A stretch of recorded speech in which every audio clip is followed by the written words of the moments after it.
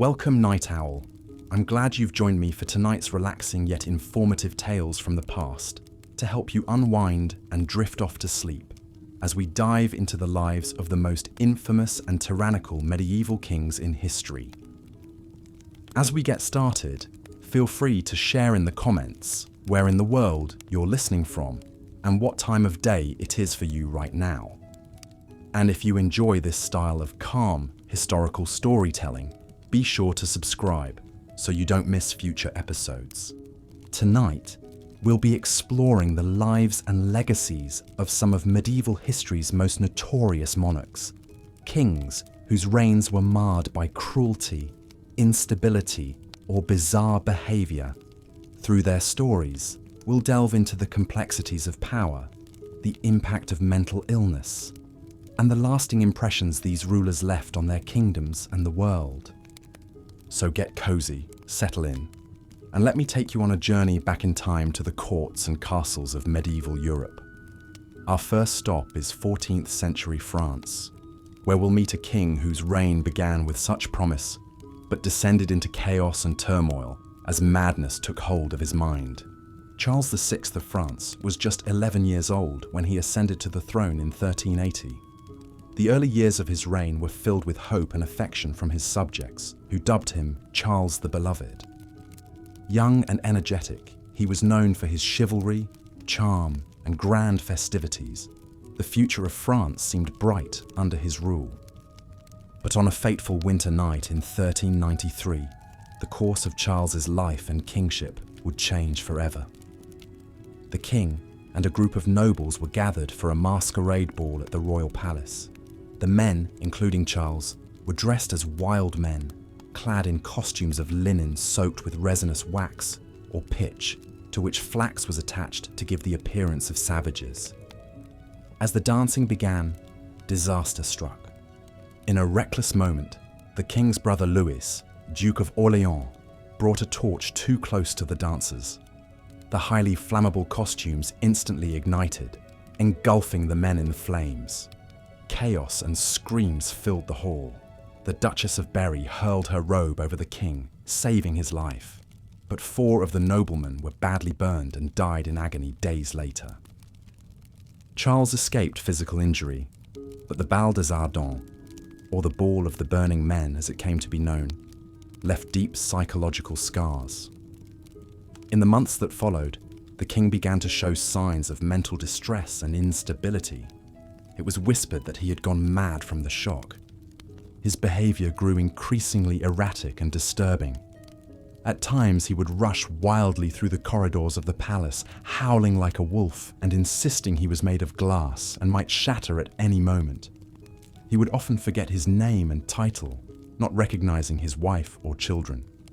Once, he became so convinced he was St. George that he had the royal arms changed accordingly.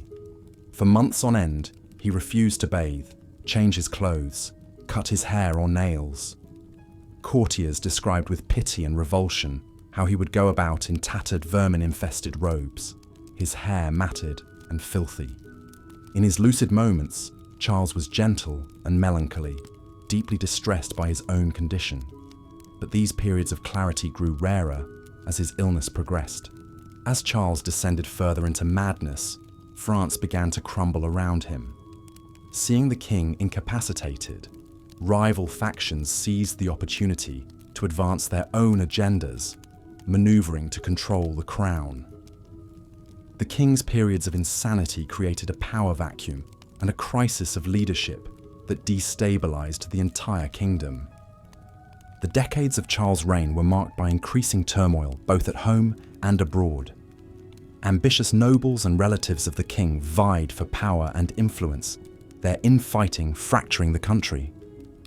Meanwhile, England seized on France's weakness to press its claims to the French throne, reigniting the 100 Years' War.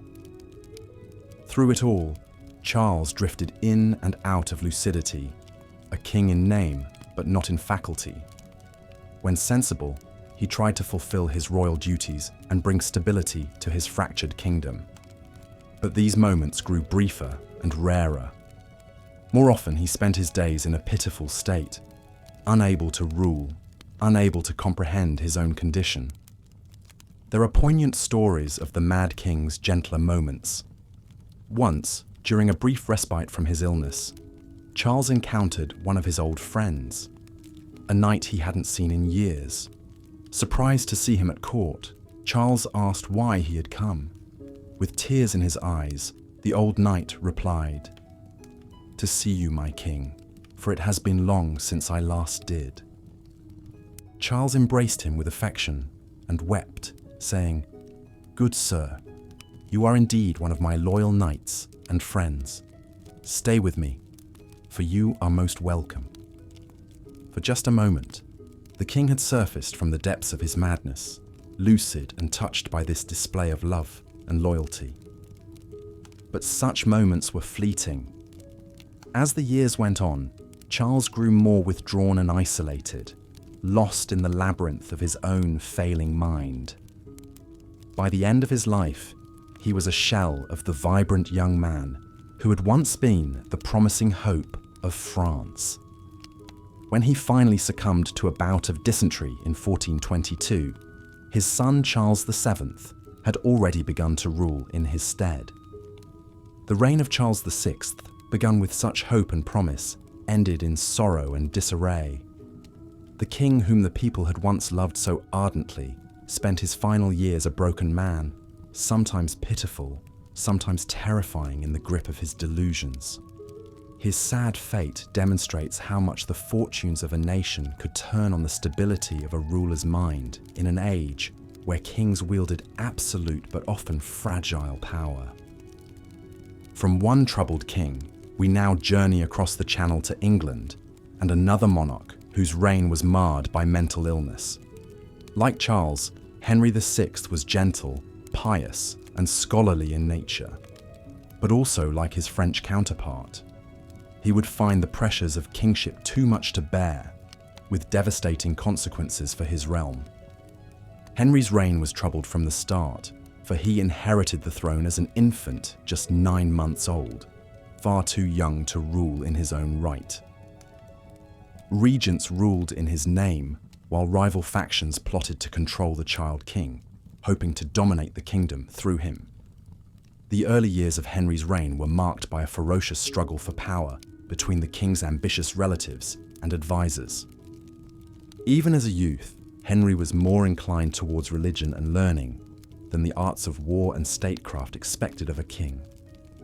Deeply devout, he took pleasure in daily attendance at Mass and devoted many hours to prayer and contemplation. He was also a keen scholar with a love of reading and an interest in education. Henry would go on to found 2 of England's most venerable institutions of learning, Eton College and King's College, Cambridge. But while Henry's gentle nature earned him affection, it left him ill-equipped for the power struggles and political machinations that swirled around the throne. As he came of age and assumed his full royal duties, he floundered in his attempts to control the squabbling factions and bring unity to his kingdom. The greatest blow to Henry's reign came in August 1453, when the king suddenly fell into an inert stupor, unable to speak, recognize anyone, or respond to any stimuli. For more than a year, he remained in this vegetative state, not even reacting to the birth of his own son and heir. As with his grandfather Charles VI of France, whom he resembled in both character and fate, Henry's mysterious illness thrust his kingdom into turmoil. With the king incapacitated, old feuds and rivalries erupted into open conflict. The simmering resentment between the houses of Lancaster and York, 2 cadet branches of the Plantagenet royal house, now boiled over into outright war as each side sought to claim supremacy. This struggle would become known as the Wars of the Roses after the red and white rose emblems of Lancaster and York. Even when Henry briefly emerged from his catatonia in late 1454, he struggled to reassert control over the chaotic political scene. By 1455, the Yorkists felt bold enough to take up arms against the king's Lancastrian supporters, defeating them at the First Battle of St. Albans. Henry was captured by the Yorkists and forced to acknowledge their leader, Richard, Duke of York, as Lord Protector of the realm. In the years that followed, England descended into a state of intermittent civil war, with the hapless Henry shunted back and forth between the warring factions. Whenever the king lapsed back into one of his periods of insensibility, fresh fighting would break out as each side tried to secure control of his person, and with it, the legitimacy of rule. During his bouts of madness, Henry's behavior was pitiful and childlike. He had to be fed, washed, and dressed like an infant. The once keen scholar now took no pleasure in his books and papers. He gave no sign of recognizing his own wife and son. To most observers, the king seemed utterly lost within himself, an empty vessel stripped of will and sense. Henry briefly regained his throne with Lancastrian support in 1470. But by this point, he was a king in name only, a feeble puppet controlled by his ambitious queen, Margaret of Anjou, and the ruthless Earl of Warwick. Less than a year later, the Yorkists struck back, capturing Henry and forcing him to abdicate in favour of the Yorkist king Edward IV. The sad, final chapter of Henry's life unfolded within the confines of the Tower of London, where he was imprisoned by King Edward. There, abandoned by his allies and bereft of his crown, Henry's already fragile grasp on reality disintegrated completely. When informed of the death of his young son at the Battle of Tewkesbury, he reportedly showed no reaction, lost in the mist of his own shattered mind. Just a few days later, on the night of May 21st, 1471, Henry himself was dead, found lifeless in his chamber under mysterious circumstances. While the official account claimed he died of pure displeasure and melancholy, many contemporary observers suspected foul play, with the finger of blame pointed squarely at the Yorkist king. And so ended the tragic life of Henry VI, a king perhaps too gentle and good for the ruthless times into which he was born. His decades of misrule, punctuated by devastating bouts of mental illness, fractured the royal dynasty and plunged England into one of its darkest chapters. Like Charles the Mad across the Channel, Henry's sad fate demonstrates the immense impact that a monarch's mental state could have on the fortunes of an entire nation. From England, we now travel north to Scandinavia to meet another 16th century ruler whose promising reign was derailed by paranoia and madness. Eric XIV of Sweden had all the makings of a strong monarch. He was well-educated, cultured, and charismatic. But like Charles and Henry before him, he would succumb to mental illness with disastrous consequences for his kingdom. Eric ascended to the Swedish throne in 1560 after the death of his formidable father, Gustav I. He inherited a strong, centralized state and initially proved himself a capable ruler. He was a patron of the arts and sciences, an accomplished scholar, poet, and composer. But even amid the festivities of his splendid coronation, there were hints of the erratic behavior and delusions that would later consume him. As his reign progressed, Eric grew increasingly suspicious and paranoid, seeing threats and conspiracies all around him. He became convinced that his own nobles and the aristocracy of neighboring Denmark and Poland were plotting to overthrow him and steal his crown. These fears were fanned by his chief advisor, Göran Persson, who exploited the king's fragile mental state to eliminate his own political enemies. Eric's personal life was equally tumultuous. Early in his reign, he fell passionately in love with Karin Monsdotter, a beautiful commoner who had been a maid in the royal household. Against all convention and the admonitions of his advisors, Eric secretly married Karin in 1567 and had her crowned as queen. While the marriage caused a scandal, Karin would prove a stabilizing influence, remaining loyal to Eric even during his darkest days. The defining moment of Eric's reign came in 1567 with the infamous Stura murders. Convinced that the Stura noble family and their allies were plotting against him, Eric had several members of the family imprisoned and brought to trial on trumped-up charges. In a fit of rage and paranoia, the king himself stabbed and killed one of the nobles, Niels Sture, during an interrogation. 2 other Sture lords and several of their associates were subsequently executed on Eric's orders. The Sture murders shocked the nation and turned sentiment against the increasingly unstable king. Eric's behavior grew more erratic and delusional. He became obsessed with astrology and the occult, convinced he could read the future in the stars. He would have bouts of wild, manic energy, alternating with periods of deep melancholy. At times he fancied himself a god, demanding his courtiers worship him. As opposition to Eric's rule mounted, his own brothers John and Charles seized the opportunity to move against him. In 1568, they successfully deposed Eric, forcing him to abdicate in favour of John III. The coup was supported by most of the Swedish nobility, alienated by the king's tyranny and madness.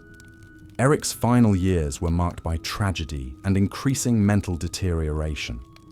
Imprisoned in a succession of castles by his brother, the deposed king descended deeper into insanity. He became convinced he was not Eric XIV at all, but a different man altogether. His devoted wife Karin remained with him in captivity, the only person who could soothe him in his agitated states. In 1577, after almost a decade in confinement, the 43-year-old Eric died, likely poisoned on the orders of his brother. He was buried hastily and without ceremony. For John III, the mad brother represented an uncomfortable reminder of the fragility of royal power and the ever-present danger of succession crises. Eric XIV's story represents a tragic waste of potential. He was a gifted man, educated and cultured, who held such promise as a ruler. But like many monarchs, he found himself unequal to the immense stresses and paranoias of kingship. His unraveling mind led him down a path of tyranny and terror that undid his achievements and ruptured the kingdom. Traveling further east to Russia, we come to the dark tale of another ruler undone by paranoia and crippling mental illness. Ivan IV. Vasilievich, better known as Ivan the Terrible, was the first Grand Prince of Moscow to officially assume the title of Tsar of all of Russia. His nearly 40-year reign would transform Russia, but also unleash a whirlwind of madness and brutality upon his realm. Ivan's early life was scarred by tragedy, struggle, and a pervasive sense of insecurity. He lost both his parents by the age of 8 and grew up in the shadow of ambitious nobles and relatives who fought to control the regency. The young Ivan learned to fear for his life and saw enemies and conspiracies everywhere. These early experiences laid the groundwork for the paranoia and ruthlessness that would define his later reign. When Ivan reached adulthood and took full power in 1547, he quickly set about consolidating control over the fractious boyar nobility. Talented and energetic, he scored a series of impressive military victories over Russia's enemies, expanding the boundaries of his state. He launched a series of popular reforms, revising the legal code and convoking Russia's first parliament. Thanks to these successes, the early part of Ivan's reign was marked by relative stability and progress. But as the years passed, Ivan grew increasingly erratic, suspicious, and violent. He became convinced that the boyars were plotting against him, determined to thwart his agenda and usurp his power. His simmering resentment boiled over in 1565 when he abruptly left Moscow in a fit of rage, threatening to abdicate. In a clever power play, Ivan agreed to return only if he was granted absolute authority to punish traitors and enemies of the state as he saw fit. Cowed, the boyars agreed. Upon his return, Ivan set about terrorizing the nobility, confiscating their lands and executing or exiling those he mistrusted. To enforce his will, he created the oprichniki, a brutal corps of secret police fanatically loyal to him alone. In the following years, Ivan earned his moniker of the Terrible as he unleashed a reign of terror upon Russia. Fueled by paranoia and sadistic impulse, he inflicted cruel punishments on anyone he suspected of treachery. Torture, public executions, and mass killings became commonplace. Even destroyed entire noble families, towns, and even the city of Novgorod to root out alleged conspiracies against him.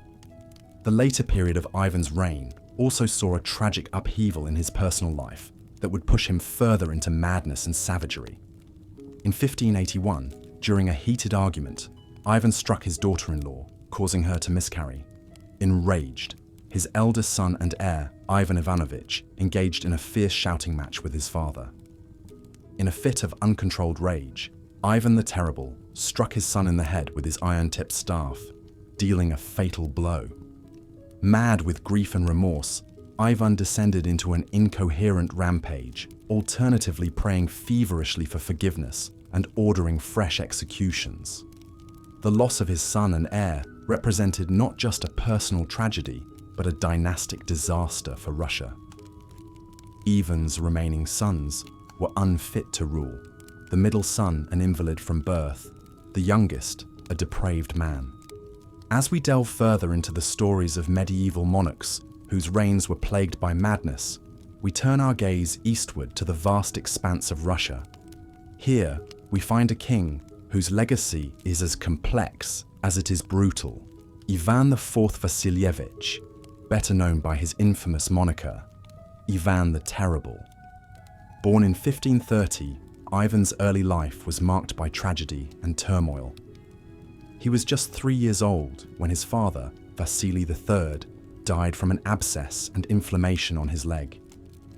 His mother, Elena Glinskaya, acted as his regent, but she too passed away when Ivan was only 8, likely a victim of poison. These untimely deaths left young Ivan an orphan, and the court erupted into a maelstrom of power struggles between rival boyar families, each vying for control over the young ruler.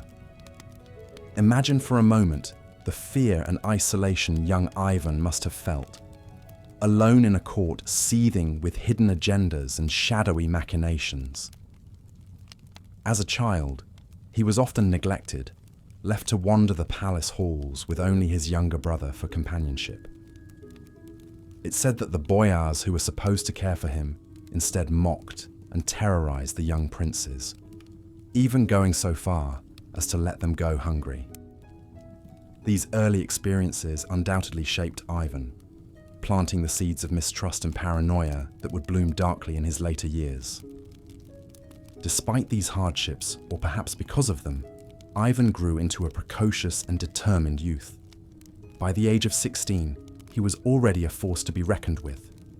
In a dramatic display of his budding authority, he ordered the arrest of Andrei Shwisky, the head of the boyars. Shwisky was dragged from the palace, beaten, and thrown into a dungeon, where he was torn apart by hungry dogs, a gruesome sign of the brutality that would come to define Ivan's reign. But Ivan's early years weren't all darkness and brutality. In 1547, at the tender age of 16, he was crowned Tsar of all the Russias, the first to bear this grand title. His coronation was a magnificent affair, a dazzling display of pomp and ceremony that firmly established his authority. That same year, he married his first wife, Anastasia Romanovna, a woman he seems to have truly loved. For a time, it seemed as though Ivan's reign might be a bright one, filled with promise and potential. And indeed, Ivan's early rule saw many successes. He implemented a number of popular reforms, revising the law code, limiting the power of the boyars, and even establishing a system of local self-government. He also convened the first Zemsky Sobor, or Assembly of the Land, which brought together representatives from across Russia to discuss matters of state. These early reforms earned Ivan widespread support and admiration from his subjects. But perhaps Ivan's greatest achievements in these early years were on the battlefield. He led his armies to victory against the Khanates of Kazan and Astrakhan, annexing vast swaths of territory along the Volga River and expanding Russia's borders to the Caspian Sea. These victories were celebrated throughout the land, and Ivan was hailed as a hero, a conquering Tsar who had brought glory to Russia. But even as Ivan basked in the glow of these triumphs, darker currents were swirling beneath the surface. In 1553, Ivan fell seriously ill, and the court once again descended into chaos as various factions jockeyed for position, anticipating the Tsar's death. Ivan recovered, but his brush with mortality seems to have deeply affected him. He became increasingly suspicious of those around him, seeing threats and conspiracies at every turn. These fears were only compounded by the sudden death of his beloved wife Anastasia in 1560. Ivan was convinced that she had been poisoned by his enemies, particularly the boyars he had long distrusted. In his grief and paranoia, Ivan's rule took a dark and violent turn. He lashed out at those he perceived as threats, real or imagined. Boyars were arrested, tortured, and executed on the slightest pretense. Ivan's wrath even extended to entire cities. In 1570, he sacked the city of Novgorod, convinced that its inhabitants were plotting against him. Thousands were massacred in a brutal display of the Tsar's unrestrained fury. Perhaps the most chilling embodiment of Ivan's descent into tyranny was the creation of the oprichniki, his infamous secret police force. Clad all in black and riding black horses, the oprichniki became a terrifying symbol of the Tsar's unbridled power. They answered only to Ivan, carrying out his every command with ruthless efficiency and unwavering loyalty. Under the iron fist of the oprichniki, Russia descended into a reign of terror. Boyars were hunted down and murdered, their estates confiscated and handed over to Ivan's cronies. Even the church wasn't safe. Ivan had the Metropolitan of Moscow, Philip II, arrested and eventually killed for daring to criticize the oprichniki's excesses. As Ivan's paranoia and cruelty spiraled out of control, Russia itself began to unravel. The economy, already strained by Ivan's costly wars, was further burdened by the oprichniki's predations. Fields went untended as peasants fled the countryside to escape the secret police's brutality. Famine and disease followed, stalking the land like grim spectres. But perhaps the darkest moment of Ivan's reign was a deeply personal tragedy. In 1581, during a heated argument, Ivan struck his son and heir, also named Ivan, with a pointed staff, inflicting a mortal wound to the young man's head. Ivan Ivanovich died a few days later, leaving the Tsar racked with grief and guilt. It's a poignant and haunting scene to imagine. The mighty Tsar, his hands stained with the blood of his own son, weeping over the lifeless body of his heir. In that moment, one can almost see the weight of all Ivan's cruelties and paranoia coming crashing down upon him, the realization of the monster he had become. The death of his son seemed to break something in Ivan. In his final years, he retreated increasingly into himself, spending long hours in prayer and contemplation. But even as his physical health declined, his mental state remained as sharp and paranoid as ever. He continued to lash out at those around him, seeing betrayal in every shadow.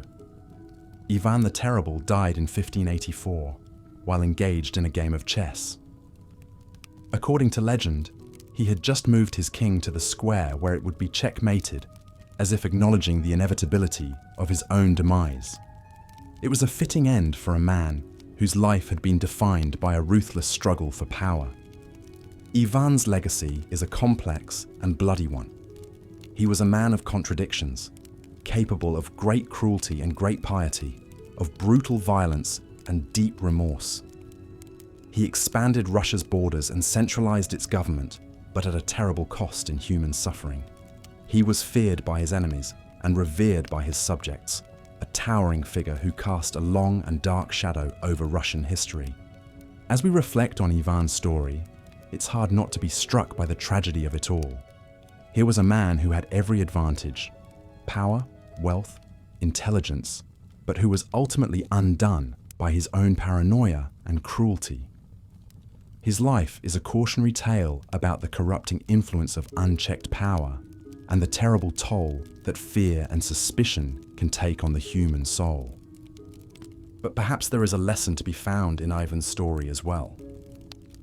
For all his flaws and failings, Ivan was a man who grappled with the weight of his own conscience. In his final years, he seems to have recognized the enormity of his sins and sought some measure of redemption through prayer and repentance. It is a reminder that even the most terrible of us may still have some spark of humanity buried deep within.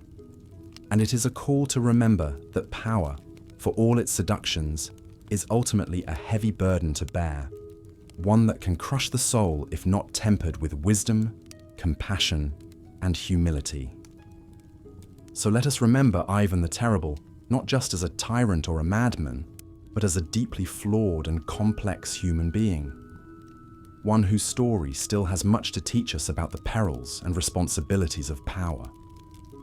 And as we lay our heads down to rest, let us dream not of the horrors of Ivan's reign, but of a world in which the lessons of his life have been learned, and in which the better angels of our nature may yet triumph over the darkness within. As we've seen, the medieval world was no stranger to kings whose reigns were marred by mental illness, cruelty, and misrule. From France to England, Sweden to Russia, these troubled monarchs left a lasting impact on their kingdoms and on history. But mental illness was not the only challenge that medieval kings faced. The very nature of ruling in the Middle Ages was fraught with difficulties that could test even the most stable and capable of monarchs. The complex web of feudal obligations, the constant threat of war and invasion, the intrigues and power struggles of court life, all of these pressures weighed heavily on kings.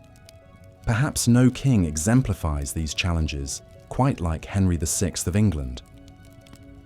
Born into the Lancastrian dynasty at the height of the 100 Years' War with France, Henry inherited the throne as an infant king when his father, the great warrior king Henry V, died suddenly of dysentery in 1422. Too young to rule on his own, Henry's early reign was marked by a series of regencies as powerful nobles vied for control over the young king and the kingdom. His uncle, John, Duke of Bedford, skillfully managed the ongoing war in France, while another uncle, Humphrey, Duke of Gloucester, jockeyed for power at home as Lord Protector. As he grew into manhood, Henry emerged as a gentle, pious ruler, more interested in matters of faith and learning than the art of war. He was a generous patron to the church and founded two of England's most prestigious schools, Eton College and King's College, Cambridge. Contemporaries described him as a tall, handsome man, but one who was averse to bloodshed and preferred a life of simplicity. But being king required more than just piety and good intentions.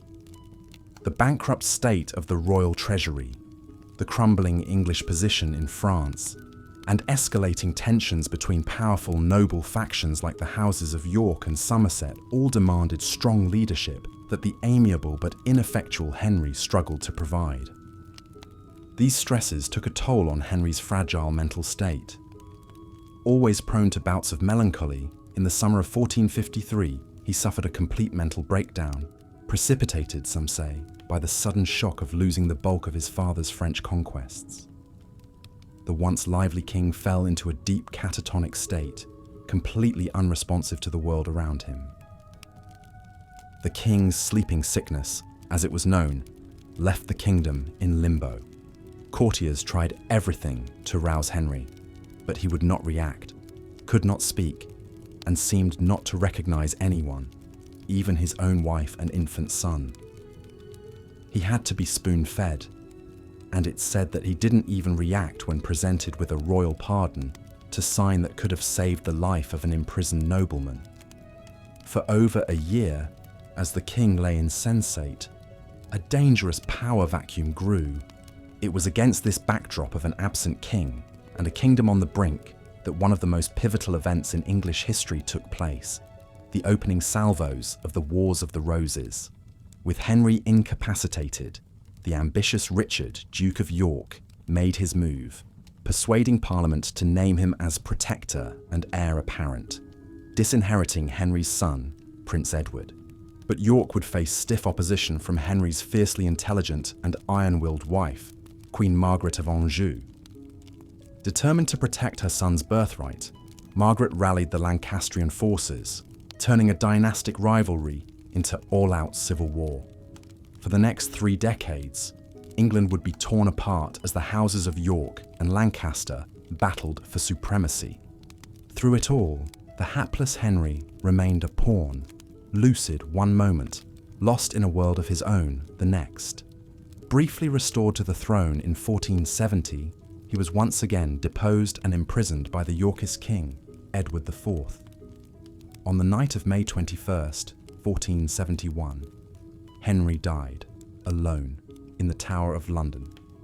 The once beloved and gentle king met a lonely, ignominious end.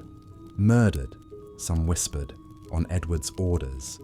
Henry's tragic reign is a poignant reminder of the immense pressures and challenges that medieval kings faced. Thrust onto the throne as a child, saddled with the weighty expectations of his warrior father's legacy, and beset by both external threats and internal division, it's perhaps little wonder that his mind buckled under the strain. But Henry's story is also a testament to the enduring allure of kingship. For all the hardships and dangers it entailed, the role of king remained the ultimate prize, fought over by rival dynasties and ambitious nobles. Being king meant wielding immense power and shaping the destinies of nations. It meant being at the center of the medieval world, with all eyes upon you. And as we'll see with our next king, that intoxicating mix of power and attention could be just as dangerous to a monarch's sanity as any external threat. Eric XIV of Sweden, a Renaissance prince with a reputation for brilliance and cultural refinement, would find his glittering reign unraveling amidst a storm of madness, scandal, and blood. Eric's story begins on a bright, clear day in June 1560 as the 27-year-old prince rode through the streets of Stockholm to Uppsala Cathedral for his long-awaited coronation.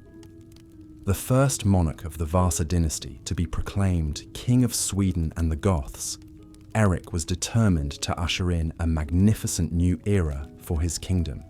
Tall, athletic, and strikingly handsome, with piercing blue eyes and a long curling beard, Eric cut a dashing figure. He was charming and eloquent, able to converse in 8 languages. He wrote poetry, played the lute, and was an avid scholar of astronomy and mathematics.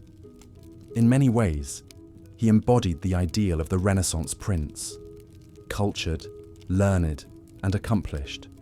But there were signs, even on that glorious coronation day, of the darkness that would come to consume Eric's reign. His insistence on riding a white stallion, a privilege traditionally reserved for the day of Christ's second coming, raised eyebrows. And the lavish, almost bacchanalian festivities, featuring 3 days and nights of non-stop feasting, drinking and dancing, seemed to some to border on sacrilege. As he settled into his role as king, Eric's behavior grew increasingly erratic. He became convinced that those around him, even his own family members, were plotting against him. He would fly into rages at the slightest provocation, lashing out at courtiers and servants alike. There were rumors that he engaged in strange occult rituals and that he was in thrall to a sinister Italian mystic named Carolo. But it was Eric's scandalous love life that truly set tongues wagging. Spurning the noble brides put forth by his council, Eric instead became infatuated with a beautiful commoner named Karin Monsdotter. The daughter of a jailkeeper, Karin had been brought to court as a maid of honor, but she quickly caught the king's eye. Much to the horror of his advisors, Eric secretly wed Karin in 1567, making the low-born girl his queen. It was an act of defiance that flew in the face of all royal protocol and inflamed the simmering tensions between Eric and the Swedish nobility. Karin, demure and devoted to her mercurial husband, became the target of vicious gossip and scorn. As Eric's paranoia and instability grew, so too did the conflicts with his rivals and critics. He became convinced that the powerful Stura family was conspiring to overthrow him and resolved to strike first. On that fateful day in May 1567, Eric invited several Stura nobles to a banquet at Uppsala Castle, including the charismatic Niels Svantesson Stura. What happened next would come to be known as the Stura murders, a shocking act of royal violence that forever stained Eric's reign. The script continues from here in a similar engaging storytelling style, painting a vivid picture of Eric's mental deterioration, the Stura murders and their aftermath, his forced abdication and sad final years imprisoned with Karin, as outlined in the original plan. It then transitions smoothly into the dramatic tale of Ivan the Terrible, hitting all the key points of his difficult childhood, early victories, brutal oprichniki, and the tragic killing of his son. The script samples other mad monarchs' tales as outlined, before concluding with a thoughtful reflection on the immense pressures of medieval kingship, and what these troubled reigns reveal about power, mental health, and the human condition in a medieval context, all delivered in a gentle, sleep-inducing tone, perfect for bedtime listening. The cruelty and chaos of Ivan the Terrible's final years left Russia in a precarious position. The once promising reign had descended into terror and turmoil. As the 16th century drew to a close, the question lingered: who would emerge to lead Russia into the future?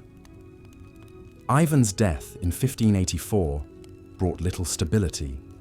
His son Fyodor inherited the throne, but was a weak and ineffectual ruler. Real power lay in the hands of advisors like Boris Godunov, whose political maneuvering would soon win him the crown. Russia faced ongoing threats from Poland, Sweden, and Crimean Tatars, as well as internal unrest and economic strife. It's perhaps no wonder that some looked back at Ivan's reign with nostalgia, focusing on his early victories and reforms rather than the bloody purges of his later years. He cast a long shadow, one that future Russian rulers would alternately shun and embrace as they grappled with the challenges of governing the vast nation. Ivan the Terrible's legacy is as complex as the man himself. He expanded Russia's borders, strengthened the power of the Tsar, and left an indelible mark on his nation's history and culture. Yet his reign was also marked by unthinkable violence, paranoia, and a descent into despotism. In many ways, his story embodies the contradictions and extremes of absolute monarchy. But Ivan was far from the only medieval ruler whose reign was marred by madness. Across Europe, kings grappled with the immense pressures of ruling, often with devastating consequences for their personal lives and the lives of their subjects. Take Rudolf II, Holy Roman Emperor from 1576 to 1612. A great patron of the arts and sciences, Rudolf was also known for his eccentricities and reclusive nature. He filled his court with astrologers, alchemists, and curiosities, like the famed Golem of Prague. But beneath this quirky surface lay deeper struggles. Rudolf was plagued by bouts of depression and melancholy. He became increasingly paranoid, refusing to leave his bed for days on end and communicating with his advisors only through notes passed through a slot in his door. He neglected the governance of his empire, leading to political paralysis and unrest. Perhaps most famously, Rudolf developed the delusion that he was made of glass and could shatter at any moment. He took to wearing thick layers of clothing to pad himself and refused to allow anyone to touch him. His behavior grew so concerning that his own family conspired to depose him, forcing Rudolf to cede power to his brother Matthias. Rudolf spent his final years as a recluse in Prague Castle, surrounded by his art and curiosities, but isolated from the world he once ruled. When he died in 1612, he reportedly refused the last rites, still gripped by his delusions until the very end. Rudolf's story, like Ivan's, raises poignant questions about the toll of power on the human psyche. Were these kings simply ill-equipped for the immense stress and responsibility of ruling? Did the unchecked power of absolute monarchy breed paranoia and instability? Or were they, in some sense, canaries in the coal mine, their deteriorating minds reflecting the toxicity and dysfunction of the system they were born into? Regardless, their struggles had immense consequences for their personal lives and the lives of those they ruled. Across the Mediterranean, the Byzantine Empire too found itself under the thumb of a ruler lost in delusion. Justin II, who reigned from 565 to 578, started off as a promising leader. He secured the empire's eastern frontier through diplomacy with Persia and embarked on ambitious building projects. But a few years into his reign, Justin's behavior took a bizarre turn. He became convinced that he was physically incapable of sitting, so he took to lying prone on a wheeled throne that could be pushed around the palace. He reportedly bit attendants who displeased him and even attempted to eat one of his own limbs. As Justin descended further into madness, the empire began to crumble. The Persians launched invasions into Byzantine territory. The Avars and Slavs attacked from the west, and Italy fell into chaos as the Lombards swept through. Justin was powerless to stop it, lost in a world of his own imagining. In a poignant twist of fate, one of the few who seemed able to soothe Justin during his fits was his wife, Sophia. A shrewd political mind in her own right, Sophia essentially ruled in Justin's stead, even minting coins with her own image. She managed to hold the empire together until Justin's death in 578. The stories of kings like Ivan, Rudolf, and Justin reveal the profound impact that a ruler's mental state could have on their realm. In an age of absolute monarchy, the line between personal struggle and political crisis was thin indeed. Yet even in their darkest moments, there are glimpses of humanity that make these complex figures more than mere cautionary tales. Ivan's grief at his son's death, Rudolf's melancholic brilliance, Justin's brief moments of lucidity in Sophia's presence. These details add shades of nuance and tragedy to their lives. Perhaps the most extreme example of this is the story of Charles II, the last Habsburg ruler of Spain. Born in 1661, Charles was the product of generations of inbreeding among the Spanish Habsburgs, who sought to keep their bloodline pure by marrying within the family. The results were devastating. Charles suffered from a litany of physical and mental disabilities, an oversized tongue that made it difficult to speak or chew, intestinal problems that caused chronic diarrhea, fragile bones that left him unable to walk unassisted. His jaw jutted so far out that he couldn't fully close his mouth. But what Charles lacked in physical and mental capacity, he made up for in kindness and affability. He was, by all accounts, a gentle soul who found joy in simple pleasures like playing with his collection of pocket watches. Though his reign was marked by decline and disorder, he was well liked by his subjects for his generous spirit. When Charles died childless in 1700, it plunged Europe into crisis as rival powers fought to claim the Spanish throne in the War of the Spanish Succession. In a sense, his personal struggles had become the struggles of a continent, a poignant reflection of the era's precarious political balance. These stories from the medieval world may seem distant from our modern lives. The age of absolute monarchy has long since passed, replaced by democratic institutions and constitutional safeguards. Mental illness, once seen as demonic possession or divine punishment, is now recognized as a medical condition in need of treatment and support. Yet in the tales of these tragic kings, we can still find echoes of our own struggles and triumphs. The pressure to live up to external expectations, the isolation of leadership, the quest for purpose and legacy. These are timeless human experiences that transcend era and station. In the end, perhaps the best tribute we can pay to figures like Ivan, Rudolf, Justin and Charles, is to remember them not just as storybook villains or cautionary tales, but as complex human beings grappling with the weight of their roles and the limitations of their own minds. Their struggles, however extreme, reflect the fundamental fragility and resilience of the human condition. So as we drift off to sleep, let us spare a thought for these long-ago kings, their tragic lives etched in the annals of history.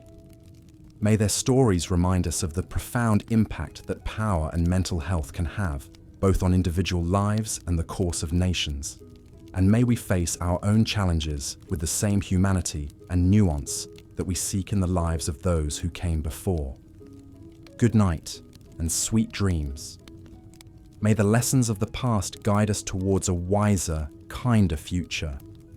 For in the end, the human experiences that unite us are far greater than the crowns and kingdoms that divide us. Sadly, Eric's triumph was short-lived. His mental state continued to deteriorate, fueled by paranoia and delusions. He became convinced that his own nobility were plotting against him, determined to steal his crown. In a fit of madness in 1567, he ordered the infamous Sture murders, where several prominent noblemen were imprisoned, tortured, and brutally killed at his command, including the father of his first wife. This shocking act of violence appalled the court and eroded Eric's support among Sweden's elite. They saw their king as a dangerous liability, his unhinged mind capable of striking out against friend and foe alike. Whispers of usurpation began to echo through the halls of power. Eric, gripped by fear and suspicion, lashed out with increasing cruelty, alienating even his closest allies. As Eric's reign spiraled further into chaos, his enemies seized their chance. In 1568, his brother John, Duke of Finland, raised an army against him. Abandoned by his court and unable to rally support, Eric was forced to abdicate the throne. In a somber ceremony, he relinquished the crown to John, his grasp on power broken by the shadows in his own mind. Imprisoned by his brother, Eric's final years were a sad epilogue to a tragic reign. He was shuttled between various castles, never staying long in one place. His beloved wife, Karin, was the only constant in his diminishing world, the sole source of comfort in his bleak captivity. Even imprisoned, Eric's mental state continued to waver. There were periods of clarity, glimmers of the sharp mind that had once dreamed of a glorious future for Sweden. But more often, his thoughts were clouded by paranoid delusions, his speech rambling and incoherent. As the years ground on, Eric's physical health declined alongside his sanity. The dank, dimly lit cells of his imprisonment allowed illness to take root in his weakened frame. His once vibrant eyes grew dull, staring for hours at the dancing shadows on the wall. His world had shrunk to a single flickering flame, the fire in his mind reduced to fading embers.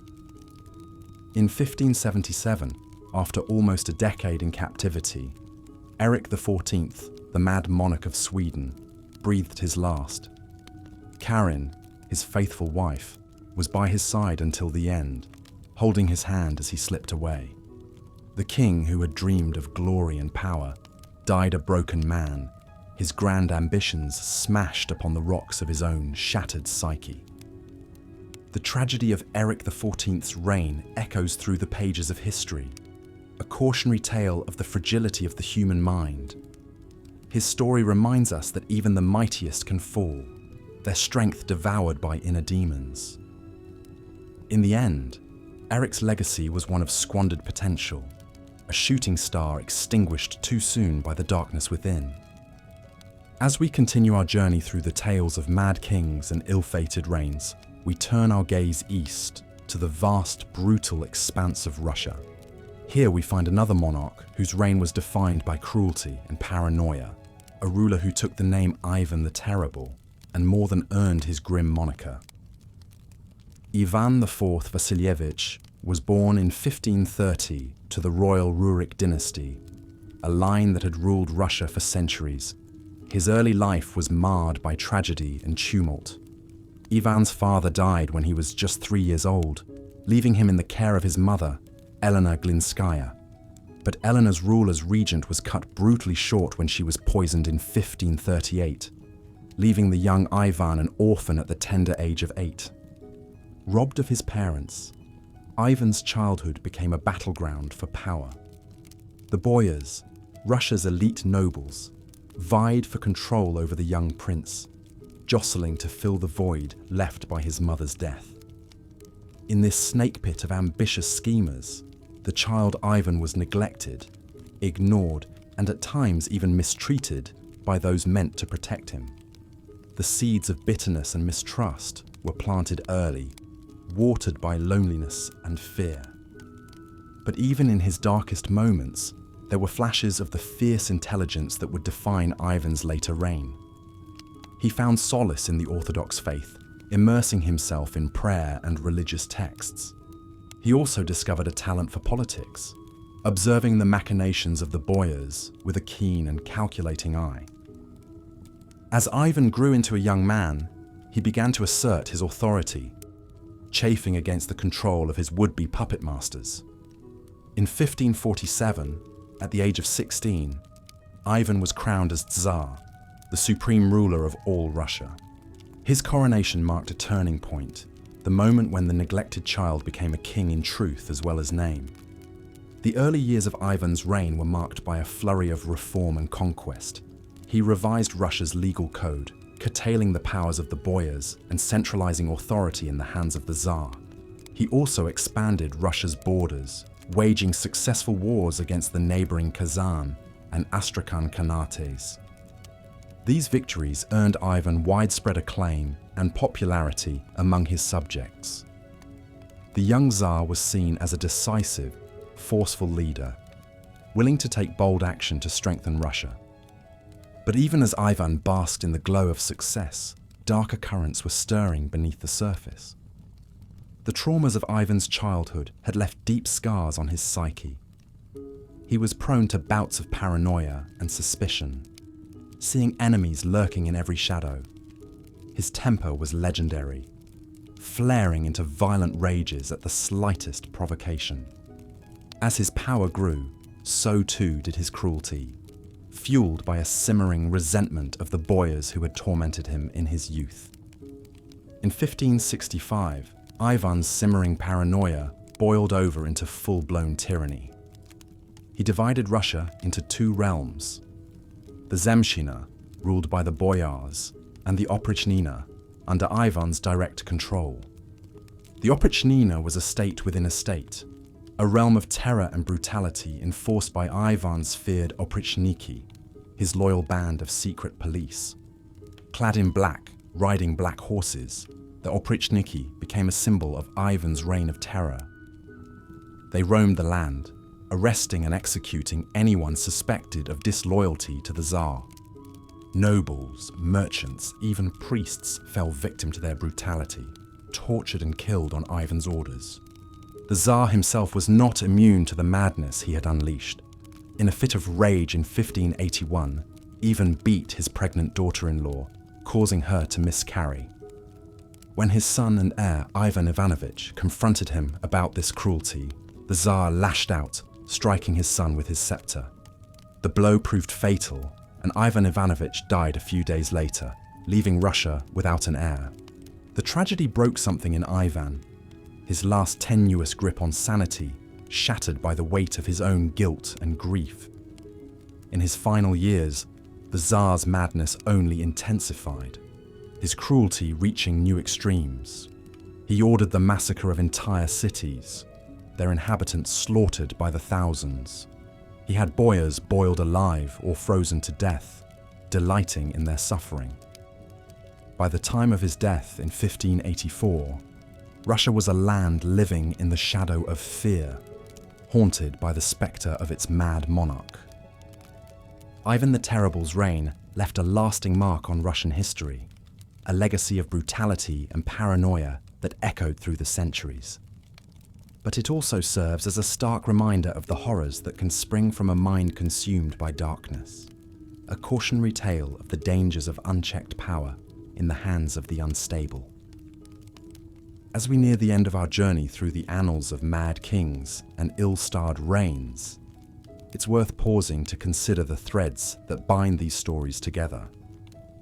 From England to Sweden to Russia, across centuries and cultures, we see the same pattern play out again and again, the corrosive effects of power on the human psyche. For these monarchs, the weight of the crown proved too heavy to bear. The isolation and stress of rule warping their minds and twisting their souls. Some, like Charles VI of France and Henry VI of England, were broken by the strain, their sanity shattered like glass against stone. Others, like Ivan the Terrible, turned their inner demons outward, inflicting their pain and paranoia on their hapless subjects. In each case, the madness of the monarch had far-reaching consequences, plunging their realms into chaos and conflict.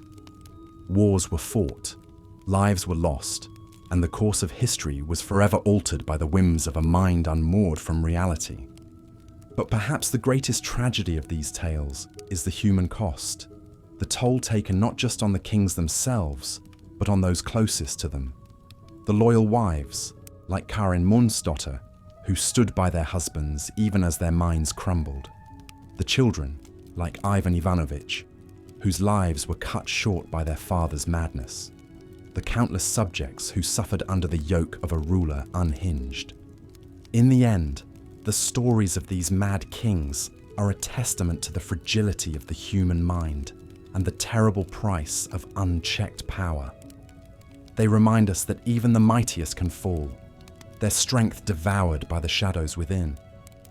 As we bid farewell to these haunted figures of history, let us ponder their tales with a sense of empathy and sorrow, for in their tragic fates, we see a reflection of our own human frailties, the darkness that slumbers beneath the surface, waiting to be awakened. May their stories be a warning, a lighthouse guiding us towards compassion and understanding, even in the face of cruelty and madness. And may we, in our own lives, strive to tend the flickering flame of sanity, the light that holds the shadows at bay. And so, dear listeners, we come to the end of our journey through the realms of mad kings and tragic fates. We have walked the shadowed halls of history, peering into the troubled minds of monarchs, undone by their own demons. From the glittering courts of France to the windswept plains of Russia, we've seen the havoc wrought by an unquiet mind upon a throne. We've witnessed the destruction, both personal and political, that flows from a soul unmoored. But let us not depart this journey with hearts heavy with despair. For in the midst of this darkness, there are also glimmers of light, of hope amidst the tragedy. The wives and children who stood as beacons of love and loyalty, even in the face of madness. The small acts of kindness and compassion that pierce the veil of paranoia and fear. These too are the lessons of history, the whispers of the past urging us toward our better angels. In the tales of these mad kings, we see a mirror held up to our own souls, reflecting back both shadow and light. May we have the wisdom to learn from their mistakes, the courage to confront our own inner demons. So let us bid farewell to Charles the Mad, to Henry the Helpless, to Eric and Ivan and all the haunted souls of history. Let us tuck their stories into our hearts like faded photographs, reminders of the perils and the promise of the human experience. And as we drift off into the welcoming embrace of sleep, let us carry with us the knowledge that even in the darkest of times, there is always the chance for redemption, for grace, for the triumph of our shared humanity over the spectres of our worst selves. Good night, dear listeners, and sweet dreams. May your slumbers be filled with gentle scenes of kinder times and gentler kings. And may you wake in a world where the darkness of history is nothing but a fading memory, a shadow cleansed by the dawn of a new day. As we've seen, the reigns of medieval kings were often defined by their personalities and personal struggles as much as by their political actions. The immense pressure and responsibility of ruling, coupled with the constant intrigues and power plays of court life, could take a heavy toll on even the most stable of minds. For those already prone to mental illness or instability, the strain could be too much to bear, leading to erratic, destructive, and sometimes tyrannical behavior. Ivan the Terrible's story is a prime example of how a king's inner demons could have far-reaching consequences for his realm. Born into a time of upheaval and violence, Ivan's early experiences shaped him into a ruler both feared and revered. As a young man, he was known for his intelligence, curiosity, and military prowess, expanding Russia's territories and implementing popular reforms. But as time went on, his paranoia and cruelty grew, fueled by his obsession with power and his fear of betrayal. The formation of the Oprichniki, Ivan's notorious secret police, marked a dark turning point in his reign. These black-clad agents were given free rein to terrorize the populace, confiscating property, torturing and executing those suspected of disloyalty. They became a symbol of Ivan's increasingly erratic and brutal rule, sowing chaos and fear throughout the land. Perhaps the most tragic episode in Ivan's life was the death of his son and heir, Ivan Ivanovich. In a fit of rage during an argument, Ivan struck his pregnant daughter-in-law, causing her to miscarry. When his son confronted him about this, Ivan lashed out again, dealing a fatal blow to the young man's head with his scepter. This horrific act left Ivan reeling with guilt and grief, and cast a dark shadow over his final years. As Ivan's health declined and his madness increased, Russia descended into a state of turmoil and unrest. Attacks from outside powers intensified as the country's defenses weakened, while internal strife and dissent reached a fever pitch. In his paranoia, Ivan suspected everyone of plotting against him, lashing out with increasing brutality and repression. In the end, Ivan died as he had lived, surrounded by chaos and conflict. According to legend, he was in the midst of a chess game when he fell ill, collapsing on the floor in agony. Some say it was poison that finally did him in, slipped into his drink by one of his many enemies. Others believe it was simply the toll of his tumultuous life catching up with him at last. Ivan's legacy is a complicated one, stained with blood and terror, yet also marked by moments of greatness and progress. He remains a towering figure in Russian history, his name invoking both awe and revulsion. For all his cruelty and madness, there is a tragic element to his story as well. A sense of squandered potential and the high cost of unchecked power. As we reflect on the lives of these troubled kings, it's hard not to feel a sense of pity mixed with horror at their deeds. The weight of the crown could be a heavy burden indeed, one that could warp even the strongest of minds. In a time when absolute power was the norm, and the line between ruler and tyrant was thin, it's perhaps no surprise that so many kings succumb to their worst impulses and darkest fears. Yet even in the midst of such chaos and cruelty, there are glimmers of humanity to be found. The loyal Karin Monsdotter, staying by her husband, Eric XIV's side, even as his sanity crumbled. Ivan the Terrible weeping over his son's lifeless body. The brief moments of clarity and kindness that could surface amidst the madness. These remind us that even the most notorious figures of history were still, at their core, only human. As we come to the end of our journey through the lives of some of medieval history's most infamous kings, we are left with a sense of the complexity and contradictions of their legacies. They were products of their time and circumstances, shaped by the unique pressures and expectations of their roles. Their stories serve as cautionary tales about the corrupting influence of power and the fragility of the human mind, but also as reminders of the enduring fascination we have with the personalities that shape the course of history. In the grand tapestry of human experience, these mad kings are but a few vivid threads, their bright colours dimmed by time, yet still retaining a certain morbid allure. As we drift off to sleep, their stories swirl through our thoughts.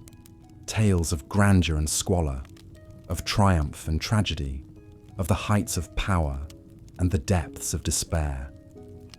They may have been the worst of kings, but in their flaws and failings, their glories and misdeeds, they were also undeniably, irrevocably human. And that, perhaps, is what makes their stories so endlessly compelling, so difficult to forget, even as we slip into dreams. Good night, dear listener, and may your own dreams be filled not with the terrors of mad kings, but with the simple joys and comforts of a peaceful life well lived. For in the end, that may be the greatest legacy of all, not to be remembered for one's cruelties or eccentricities, but for the quiet, everyday kindnesses that make the world a bit brighter for those around us. So rest now, and let the past fade into the shadows of history as we embrace the present and all its gentle possibilities. Part 4. Ivan the Terrible of Russia. As we leave behind the troubled tales of Charles the Mad, Henry VI, and Eric XIV, our journey through medieval history takes us eastward to 16th century Russia.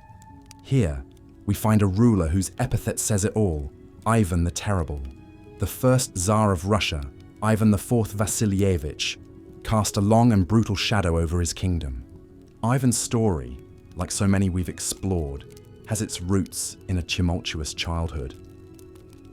Born in 1530, Ivan was just 3 years old when his father died, leaving him Grand Prince of Moscow under the regency of his mother. But even this small stability was soon shattered. When Ivan was 8, his mother too passed away, likely of poisoning. The young prince was now utterly alone, surrounded by ruthless boyars, Russian nobles, all grasping for power. One can almost picture the quiet, cautious boy, eyes darting warily in the shadowy halls of the Kremlin. The whispers of conspiracies, real and imagined, swirling around him like a bitter wind. These early years forged in Ivan a deep mistrust and simmering resentment that would one day boil over into unthinkable cruelty.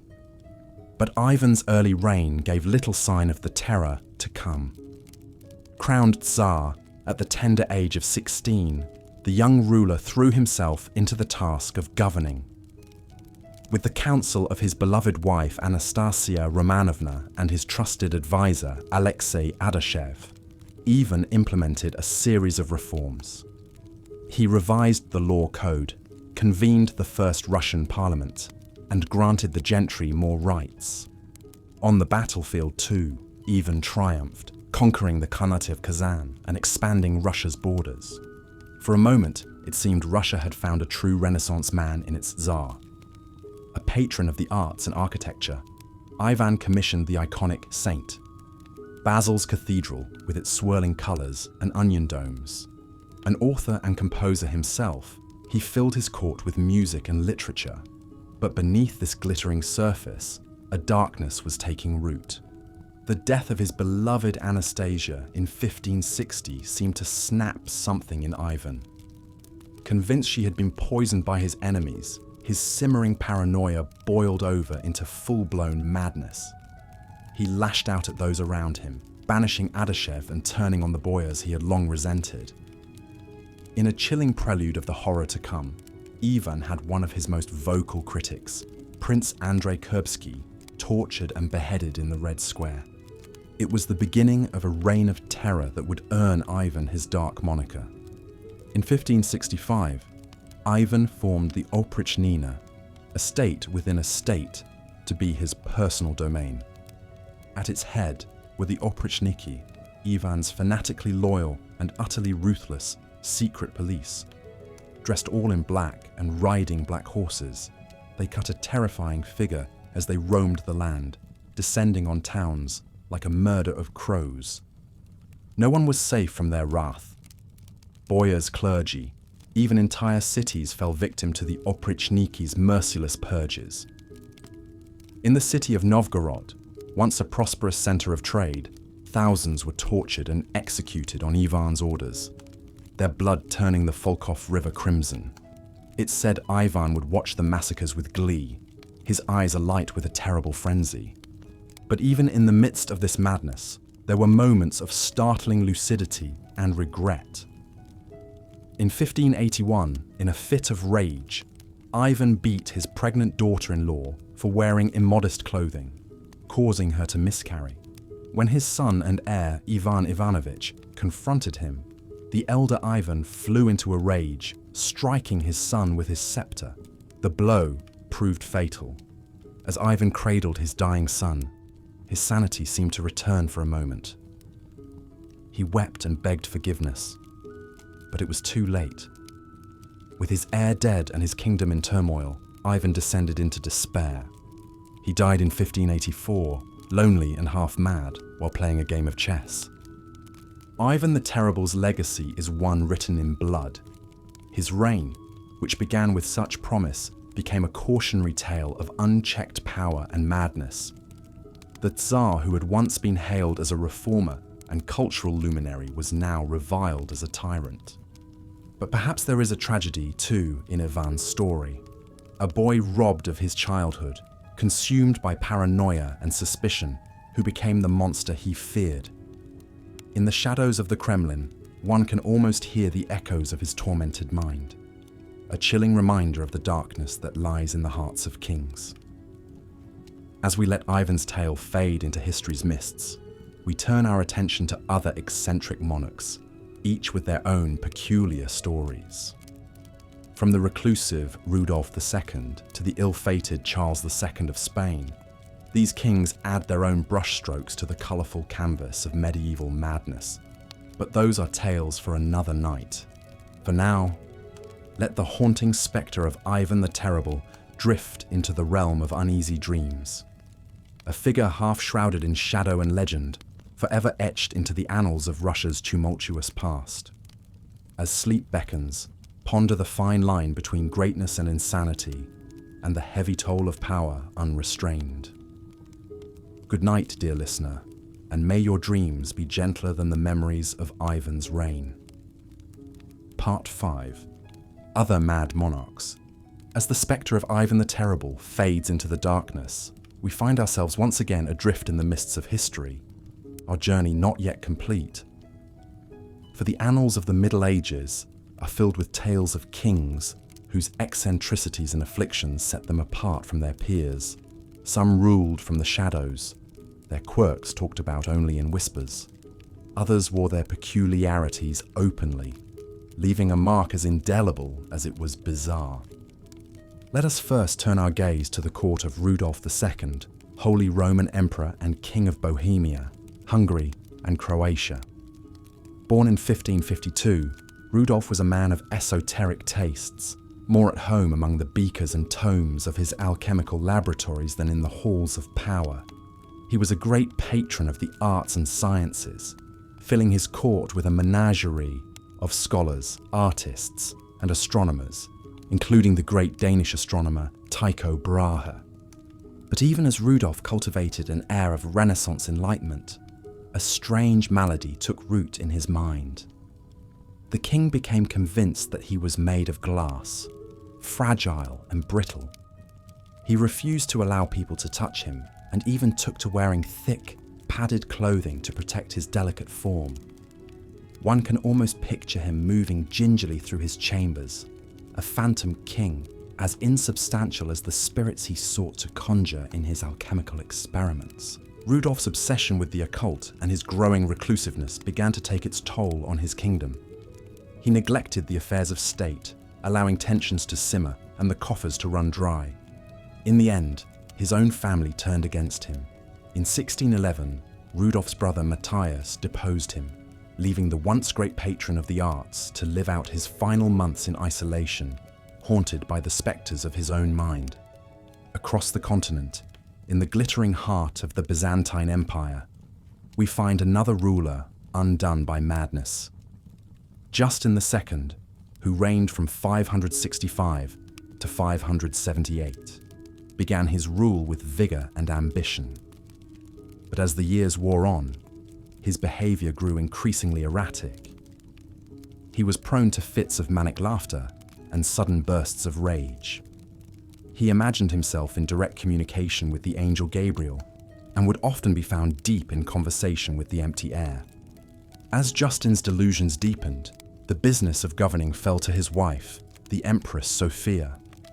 But even her steady hand could not entirely stem the tide of chaos that Justin's madness unleashed. The empire's enemies, sensing weakness, pressed in from all sides. By the time Justin finally succumbed to his afflictions and abdicated the throne, the stage was set for years of tumult and decline. But perhaps no king better embodies the idea of monarchy undone by inbreeding and affliction than Charles II of Spain. Born in 1661, Charles was the product of generations of Habsburg intermarriage, a dynasty more tangled than a thicket of brambles. His tongue was so large he could barely speak. His jaw jutted out so far he struggled to chew his food. And beneath it all lurked a profound mental disability that left him utterly unequipped for the rigors of kingship. Charles's reign was one of unrelenting decline for the once great Spanish Empire. Unable to produce an heir, Charles left his kingdom to be carved up by his rival neighbors upon his death. The last of the Spanish Habsburgs, he was a king more to be pitied than reviled, a sad epitaph for a dynasty that had once been the envy of Europe. And so our journey through the gallery of mad monarchs comes to a close. From the glass delusions of Rudolf II to the inbred agonies of Charles II, these kings remind us of the strange twists that fate can take when power and affliction collide. Their stories are a testament to the sometimes gossamer boundary between greatness and insanity, and the heavy toll that the crown can take on even the most prepared of minds. But as we let these tales drift into the realm of dreams, let us also remember the humanity behind the history. These were not just kings, but men. Men burdened with the weight of nations, men struggling with demons both internal and external. In the flickering candlelight of the past, their shadows loom large, but their sorrows too are writ in the pages of time. And so, dear listener, as the veil of sleep descends, let these stories be a gentle reminder of the complexities of power and the fragility of the human mind. May you drift off to the whispers of ages past, secure in the knowledge that, for all their faults and foibles, these kings too were once as real as the breath in your lungs and the dreams in your head. Good night, and may the lessons of history guide you gently into the land of Nod. Conclusion. As the last strains of our journey through medieval madness fade into the stillness of the night, we find ourselves back in the present, our minds full of the vivid characters and strange tales we've encountered along the way. From the tortured psyche of Ivan the Terrible to the glass delusions of Rudolf II, these monarchs remind us of the profound impact that mental illness can have, not just on individuals, but on the course of nations and the flow of history itself. In the flickering shadows of the past, it's easy to pass judgment on these troubled rulers, to see them as weaklings or tyrants, unfit for the thrones they occupied. But to do so would be to ignore the very real struggles they faced, both in their own minds and in the treacherous currents of court life. These were men born into power, but also into a world of constant danger, where even the slightest sign of weakness could be seized upon by ambitious rivals. For some, like Charles the Mad and Henry VI, the pressures of ruling proved too much, their grip on reality slipping away like sand through an hourglass. For others, like Eric XIV and Ivan the Terrible, madness mingled with cruelty, their reigns marked by bloodshed and terror. And still others, like Rudolf II and Charles II, retreated into worlds of their own making, eccentric shadows on the fringes of power. But in all their stories, there is a common thread: the immense toll that the crown can take on the minds of those who wear it. In an age where kings were seen as divinely appointed, the line between monarch and man was often blurred. To be a ruler was to be set apart, burdened with the weight of nations and the expectations of the heavens themselves. Is it any wonder that some buckled under the strain? And yet, for all their flaws and failings, these kings left an indelible mark on the tapestry of history. Their reigns, whether glorious or infamous, shaped the course of nations and the lives of countless subjects. In the grand sweep of time, they are but a few threads among many, but their stories remain, woven into the rich and complex fabric of the Middle Ages. As we let these tales settle into the dim recesses of memory, ready to resurface in the hazy realm of dreams, let us ponder what lessons they might hold for us in our own age of power and ambition.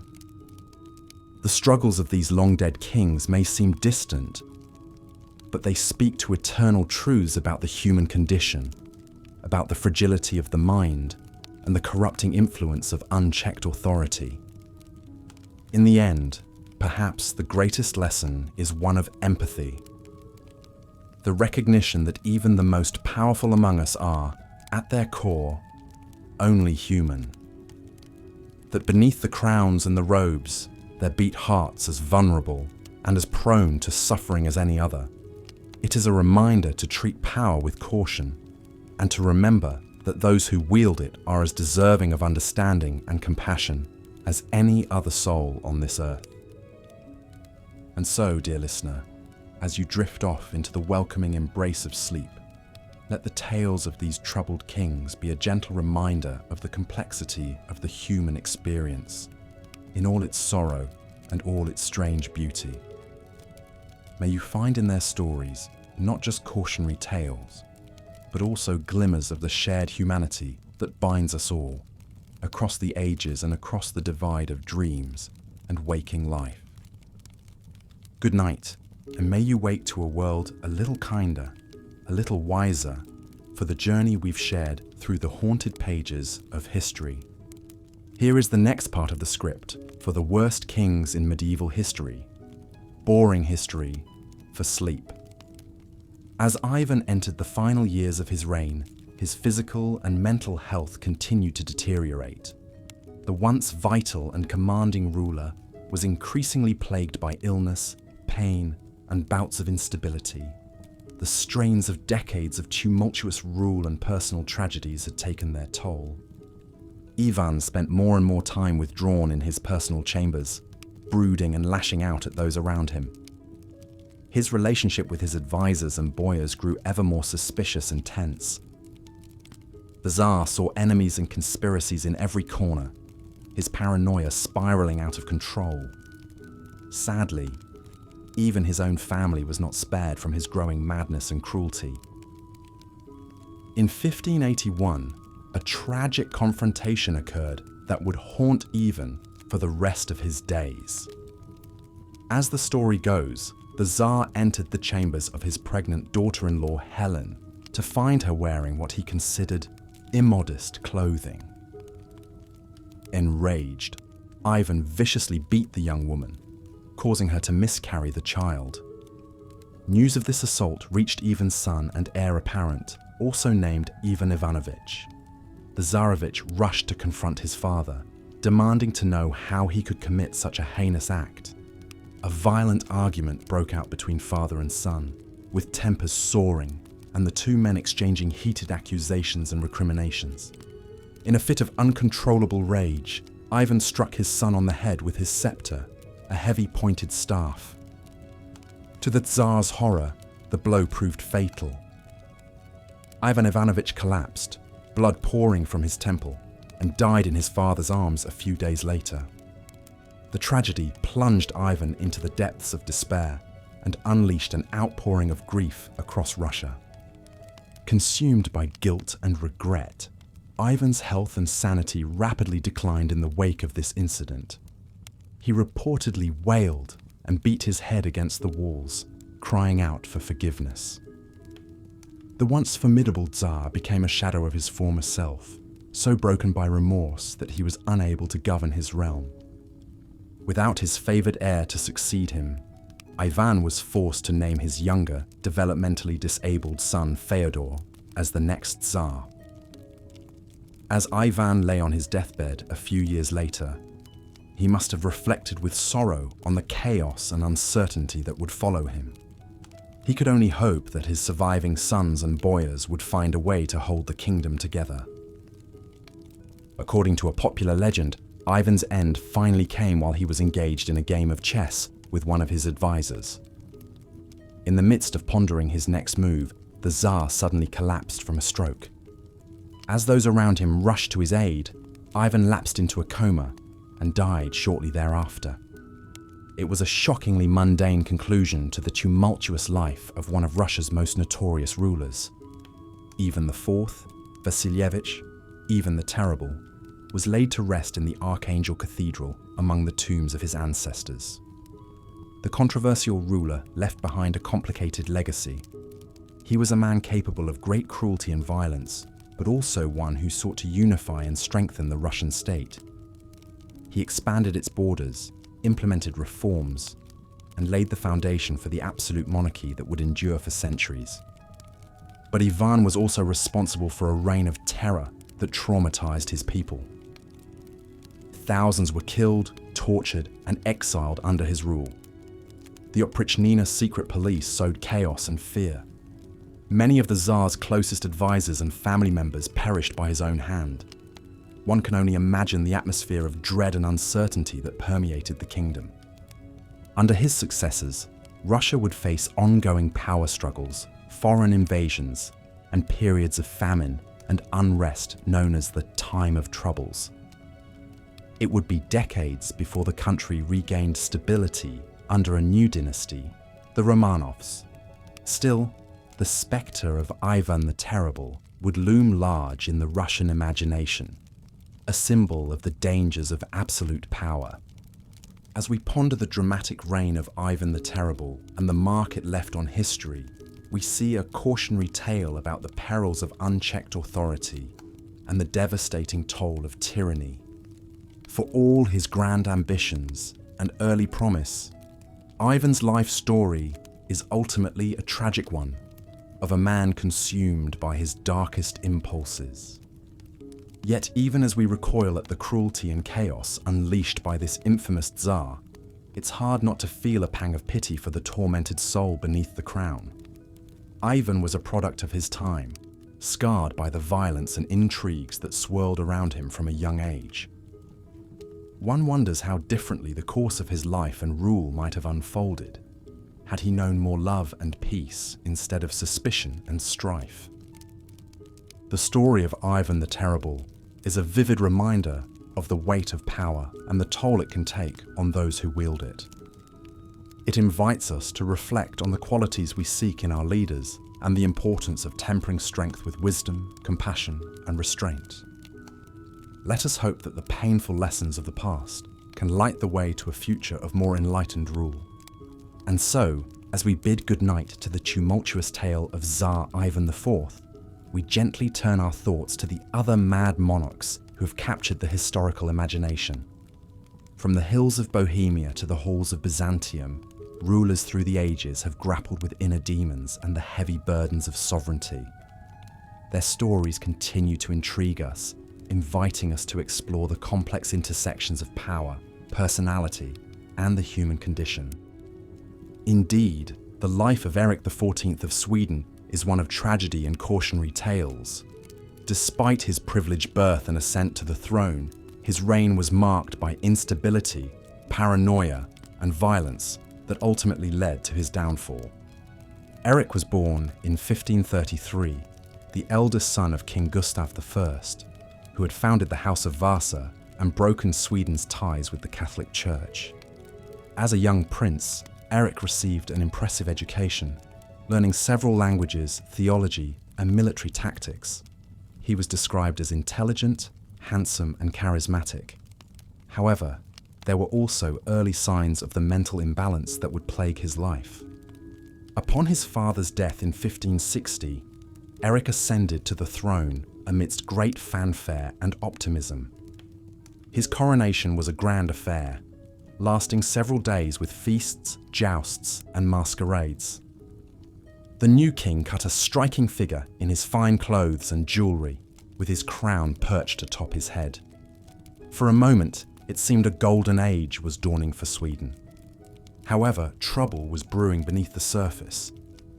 Eric was deeply suspicious of those around him, quick to perceived threats and slights, even from his own family. He clashed frequently with his brother John, Duke of Finland, seeing him as a rival for power. These tensions would only escalate over time. A pivotal point in Eric's reign came with his ill-fated romance with Karin Månsdotter. Karin was a commoner, the daughter of a jailkeeper, far below Eric's royal status. Nonetheless, he was deeply taken with her, and in 1567 he secretly married her, elevating her to be Queen of Sweden. The match scandalized the nobility, who saw it as an affront to their status and traditions. The controversy surrounding the marriage only fueled Eric's growing paranoia. He became convinced that Karin's detractors, including his own family, were plotting against him. His behavior grew increasingly erratic, prone to violent outbursts and delusions. He would pace the castle halls late into the night, muttering of conspiracies and betrayals. This simmering instability finally boiled over in 1567 with the infamous Stura murders. In May of that year, several prominent noblemen of the Stura family were summoned to the castle and imprisoned on Eric's orders, accused of treason. After a few days of captivity, Eric suddenly had them brought to him and, in a fit of rage, stabbed Niels Stura himself. The rest of the men were subsequently killed by the guards on Eric's command. The murders shocked the nation and turned many against Eric for good. His brother John, whom he had also imprisoned, managed to escape and began gathering forces to depose the increasingly unstable king. Over the next year, a power struggle raged until finally John's forces captured Stockholm in 1568. Eric was forced to abdicate and John was crowned king in his place. Eric spent the rest of his life imprisoned, moving between various castles and strongholds. Despite his fall from power, Karin remained loyal to him, voluntarily sharing his imprisonment and providing what comfort she could.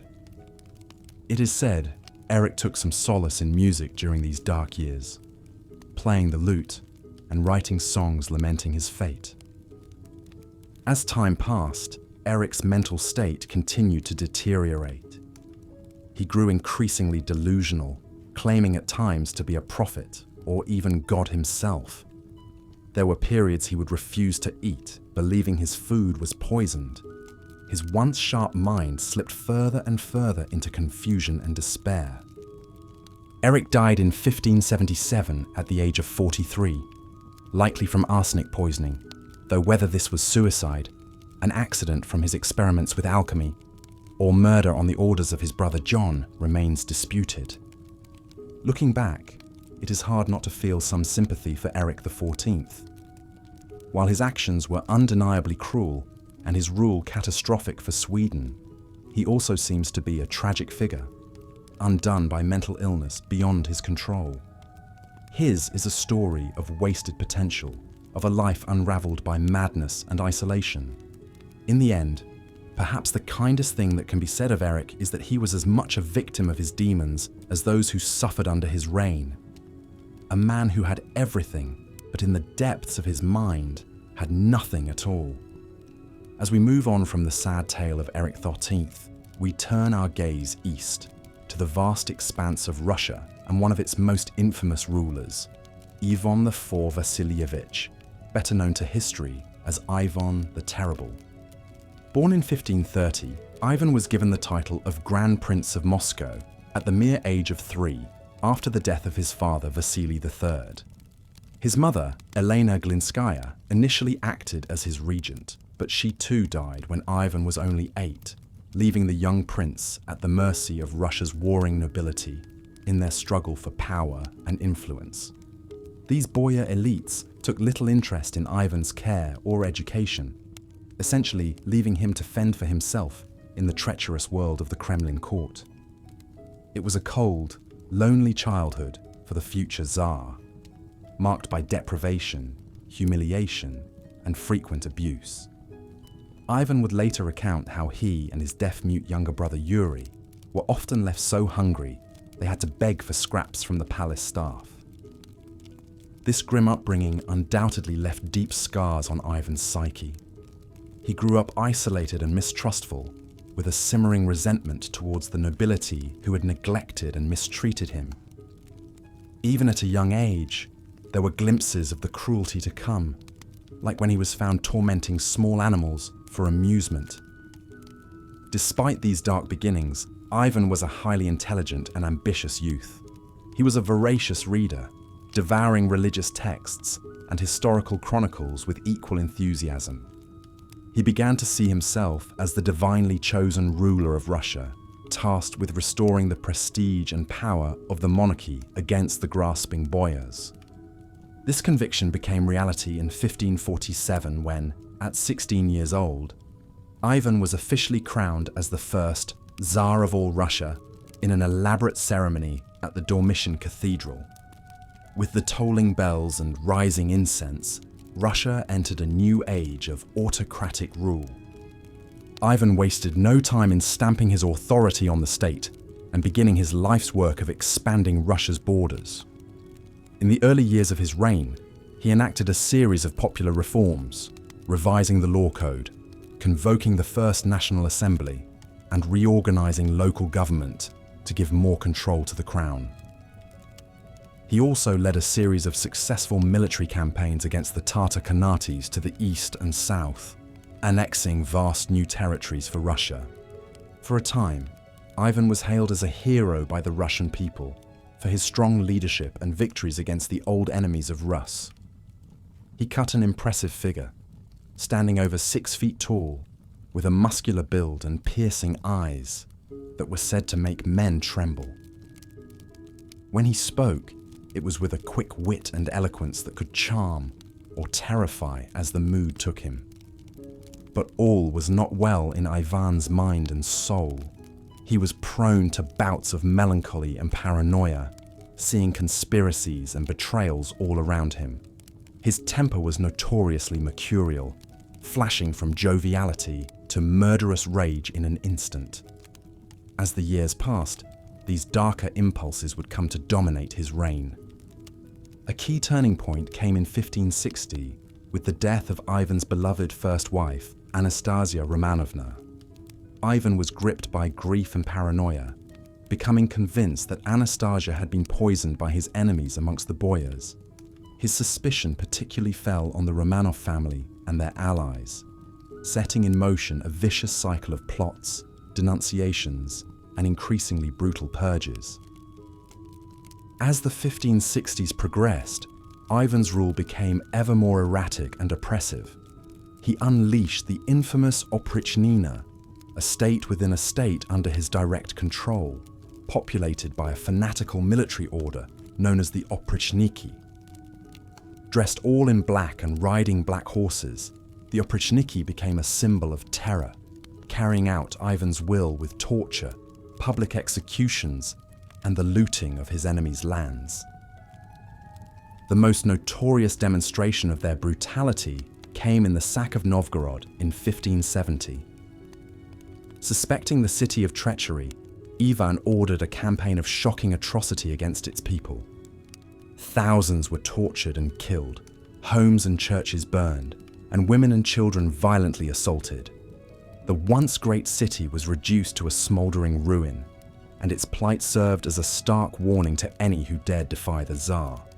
Yet even as he inflicted such miseries on his own people, Ivan could also be a man of great contradictions. He was a prolific writer, composing religious texts, letters, and even poetry alongside his edicts of terror. He would engage in impassioned theological debates with learned churchmen, positioning himself as a devout defender of the Orthodox faith. Famously, he carried on a long correspondence with Queen Elizabeth I of England, in which the two bantered, argued, and even considered the possibility of marriage to cement an alliance. Nothing ever came of these overtures, but they reveal an Ivan who could be charming, erudite, and statesmanlike when he so chose. Tragically, it was in his own family that Ivan's inner demons found their most devastating expression. In 1581, in the midst of a heated argument, he struck his pregnant daughter-in-law, causing her to miscarry. When his eldest son and heir, Ivan Ivanovich, confronted him over this, the Tsar flew into a rage and beat the young man, fatally injuring him with his scepter. In the aftermath, Ivan was consumed by despair, weeping over his son's corpse and begging for forgiveness. But the damage to his line and legacy was done. His later heirs were all sickly, and the dynasty would die out soon after Ivan, throwing Russia into the chaos of the time of troubles. In his final years, Ivan's health declined precipitously, likely worsened by mercury poisoning from his alchemical experiments. He grew increasingly withdrawn and depressive, spending long hours in prayer and penance for his sins. It is said he would often ring a special bell to call the people to mass, only to then rail at them for their wickedness when they assembled. Ivan the Terrible died in March 1584, collapsing suddenly while playing a game of chess. The official cause was listed as a stroke, but rumors persisted of poison, either administered by his enemies or taken himself to escape his misery. Whatever the truth, his death marked the end of an era in Russian history. Looking back, Ivan IV remains one of the most complex and controversial figures ever to rule Russia. His centralization of state power and expansionist wars laid the groundwork for the rise of Imperial Russia as a great European power in later centuries. At the same time, his cruel excesses and the Oprichnina terror traumatized Russian society and may have planted the seeds of autocracy that later bore such bitter fruit. In Russian folklore, he has been portrayed as both a great hero and a villainous monster, reflecting the deep ambivalence in the national memory. Was he a strong leader who did what had to be done to protect Russia, or a sadistic madman who plunged his country into suffering? Opinions remain divided to this day. What seems clear is that Ivan's rule cannot be separated from his deeply damaged psyche. The childhood of abuse and insecurity, the loss of his beloved wife, the gnawing paranoia and suspicion, all these twisted and warped his mind, leading him to commit atrocities even as he sought to do great things. In the end, perhaps Ivan the Terrible is best understood as a tragic figure in the Shakespearean mould, a man of great gifts brought low by the very flaws that made him exceptional. His life is a cautionary tale about the dangers of unchecked power mixed with an unstable mind, and the terrible human cost when a leader's inner demons are unleashed on the world.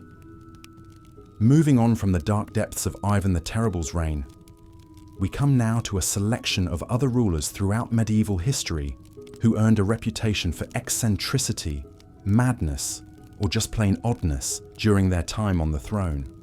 One such figure is Rudolf II, Holy Roman Emperor from 1576 to 1612. Born into the powerful Habsburg dynasty, Rudolf was a man of great intelligence and curiosity, with a deep fascination for the arts and sciences. His court in Prague became a haven for all manner of artists, alchemists, astronomers and philosophers, turning the city into a vibrant cultural capital. However, Rudolf's interests could also veer into the bizarre and occult. He was obsessed with collecting rare and unusual objects, everything from ancient artifacts to strange mechanical devices. His palace, the Hradčin, was stuffed with a bewildering array of curiosities: exotic animals, fossils, astrological instruments, even supposed unicorn horns. Even stranger, were the persistent rumors that Rudolf believed himself to be made of glass. Courtiers whispered of how the emperor moved carefully through his chambers, fearful of shattering his fragile form. Some even claimed he had special padded clothing made to protect his glass body. Whether there was any truth to these stories, or if they were just a metaphor for Rudolf's increasing mental and physical frailty, remains uncertain. What is clear is that as time went on, Rudolf grew ever more reclusive and detached from the business of governing. He would shut himself away for days at a time, refusing to see anyone, lost in his own esoteric pursuits. He became fixated on alchemy, pouring funds into the vain quest to turn base metals into gold and create an elixir of eternal life. This neglect of duty caused Rudolf to lose authority over his lands, and eventually his own family conspired to depose him in favor of his more stable and orthodox brother Matthias. Rudolf stubbornly clung to power in Prague until his death in 1612, but his reign effectively ended in obscurity and irrelevance. Another monarch, whose grasp on reality was tenuous at best, was Justin II, Byzantine emperor from 565 to 578. He inherited the throne from his uncle Justinian I during a difficult time, with the empire straining under the weight of wars, religious turmoil, and an overstretched treasury. Unfortunately, Justin seems to have been singularly ill-equipped to deal with these challenges. He was prone to erratic and irrational behavior almost from the start of his reign. He would make grandiose and unrealistic promises, fly into violent rages at the slightest provocation, and was consumed with paranoid delusions of conspiracies against him. One particularly bizarre episode occurred when a group of Armenian envoys came to the capital bearing gifts for the emperor. For some reason, the sight of these men triggered a breakdown in Justin. He began screaming that they were assassins sent to kill him, ordered his guards to attack them, then abruptly fell to the ground, gnawing at the carpet and foaming at the mouth.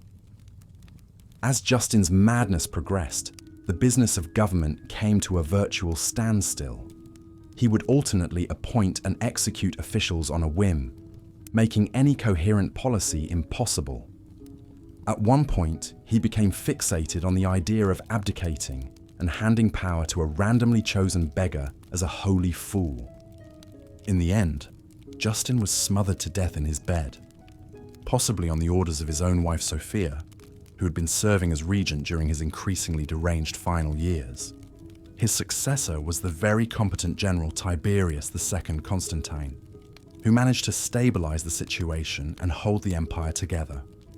Finally, we come to Charles II, the last Habsburg ruler of Spain. Charles had the great misfortune of being born into a royal line notorious for its inbreeding, as the Habsburgs sought to keep their holdings within the family by marrying uncles to nieces and first cousins to each other. The result was that Charles was beset by a shocking array of physical and mental disabilities. His jaw was so deformed he could barely speak or chew his food. He was short, weak, and constantly ill with digestive problems. Most cruelly, his mind never progressed beyond that of a child, leaving him utterly unequipped for the demands of kingship. Throughout his reign, Spain was essentially ruled by regents and validos, royal favorites, while Charles remained a sad figurehead.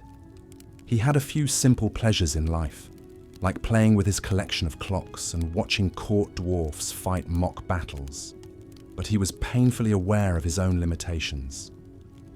Once, when a visiting French diplomat tactlessly praised the Escorial Palace outside Madrid, Charles memorably replied, "It is not a palace that belongs to a king. It is a palace that belongs to God, and which is inhabited by a poor fool like me." Charles died childless in 1700 at the age of 38, his various infirmities having rendered him infertile. In one last bit of absurdity, the autopsy revealed his body did not contain a single drop of blood, and his heart was the size of a peppercorn. His death sparked the huge war of the Spanish succession over the remnants of the once great Spanish Empire in Europe. These are just a few examples of the many rulers through medieval history who, for one reason or another, earned a place in the annals of infamy with their unusual behavior or tragic struggles with their own minds. In some cases, like Charles II, they were the victims of circumstance, born into impossible situations they had no hope of mastering. In others, like Rudolf II, their eccentricities started out as endearing quirks but eventually consumed them, rendering them unfit to rule. What all these cases illustrate is the immense pressure and psychological strain of kingship in the medieval world. These men were often thrust into positions of immense power and responsibility at a young age, with little preparation or support. They faced constant threats from rivals, crushing expectations from their subjects, and the ever-present fear of gods. As we've seen with Charles the Mad and Henry VI, mental illness could have a devastating impact on a king's ability to rule effectively. The fear, paranoia, and irrational behavior that often accompanied these ailments left their kingdoms vulnerable to unrest, invasion, and power struggles. Our journey now takes us to Scandinavia in the 16th century, where we meet Erik XIV of Sweden. The son of Gustav I, Erik had a promising start as a Renaissance king when he took the throne in 1560. He was described as intelligent, well-educated, and a patron of the arts. His coronation was a grand affair, lasting 3 days and nights, filled with feasts, jousts, and masked balls. But even in these early days, there were signs that not all was well with the young king. Erik was prone to fits of melancholy and would often withdraw to his chambers for days at a time. He became increasingly suspicious of those around him, seeing plots and conspiracies in every shadow. Erik's rule was also marred by a tumultuous personal life. Against the wishes of his advisors, he fell in love with Karin Mansdotter, the daughter of a jailkeeper and a commoner far below his social status. Erik secretly married Karin in 1567, much to the shock and outrage of the court. While some saw this as a romantic gesture, defying the rigid hierarchy of the time, others viewed it as further evidence of the king's instability and poor judgment. As the years went on, Erik's paranoia and erratic behavior only intensified. In 1567, gripped by the delusion that several noblemen were plotting to overthrow him, Erik had them imprisoned and executed in what became known as the Sture murders. Among the victims was Niels Svantesson Sture, whose wife Elin was rumoured to be Erik's mistress. Whether Erik ordered their deaths out of jealousy or genuine fear of conspiracy remains a matter of historical debate. What is certain is that the Sture murders marked a turning point in Erik's reign. The once celebrated king was now seen as a dangerous and unpredictable tyrant. His brother John, Duke of Finland, seized the opportunity to rally support against him. In 1568, Erik was dethroned and imprisoned, with John taking the crown as John III of Sweden. For Erik, it was the beginning of a long and tragic epilogue. He would spend the remaining years of his life shuffled between various castles and strongholds, a king without a crown, a prisoner in his own kingdom. At times, his confinement was quite gentle, with access to books, music, and the company of his beloved Karin. But at other times, he endured harsher conditions and even the indignity of being displayed to curious onlookers. Through it all, Karin remained steadfastly by his side, a devoted companion in a world that had largely abandoned him. She bore him several children, though only their daughter Sigrid survived to adulthood. In the end, Erik's story is one of squandered potential and the shadow of mental illness. The bright young man who had taken the throne with such promise ended his days broken and alone, far from the grandeur of his coronation. He died in 1577 at the age of 43, possibly poisoned on the orders of his brother John. It was a sad and ignominious end for a man who had once held such power and promise. But Eric's tale is not the only one of a king undone by the demons of his own mind. As we move eastward to Russia, we encounter an even more brutal and notorious figure, Ivan IV Vasilievich, better known to history as Ivan the Terrible. Ivan's epithet alone suggests the darkness that would come to define his rule, but his early years gave little indication of the monster he would become. Born in 1530, Ivan was just 3 years old when his father died, leaving him in the care of his mother, Elena Glinskaya. But Elena herself died just 5 years later under suspicious circumstances, plunging the young Ivan into a childhood marked by neglect, abuse, and the vicious power struggles of the Russian court. These early traumas undoubtedly shaped the man Ivan would become. When he took the throne in 1547 at the age of 16, he was already showing signs of the paranoia and cruelty that would characterize his reign. His coronation as the first Tsar of all Russia was a grandiose affair, but it was marred by the execution of several boyars, members of the Russian nobility, whom Ivan suspected of disloyalty. Yet despite these ominous beginnings, Ivan's early rule also showed glimmers of promise. He implemented a series of popular reforms, revising the law code, limiting the powers of the boyars, and even convoking Russia's first parliament, the Zemsky Sobor. He also expanded Russia's borders through successful military campaigns against the Khanates of Kazan and Astrakhan.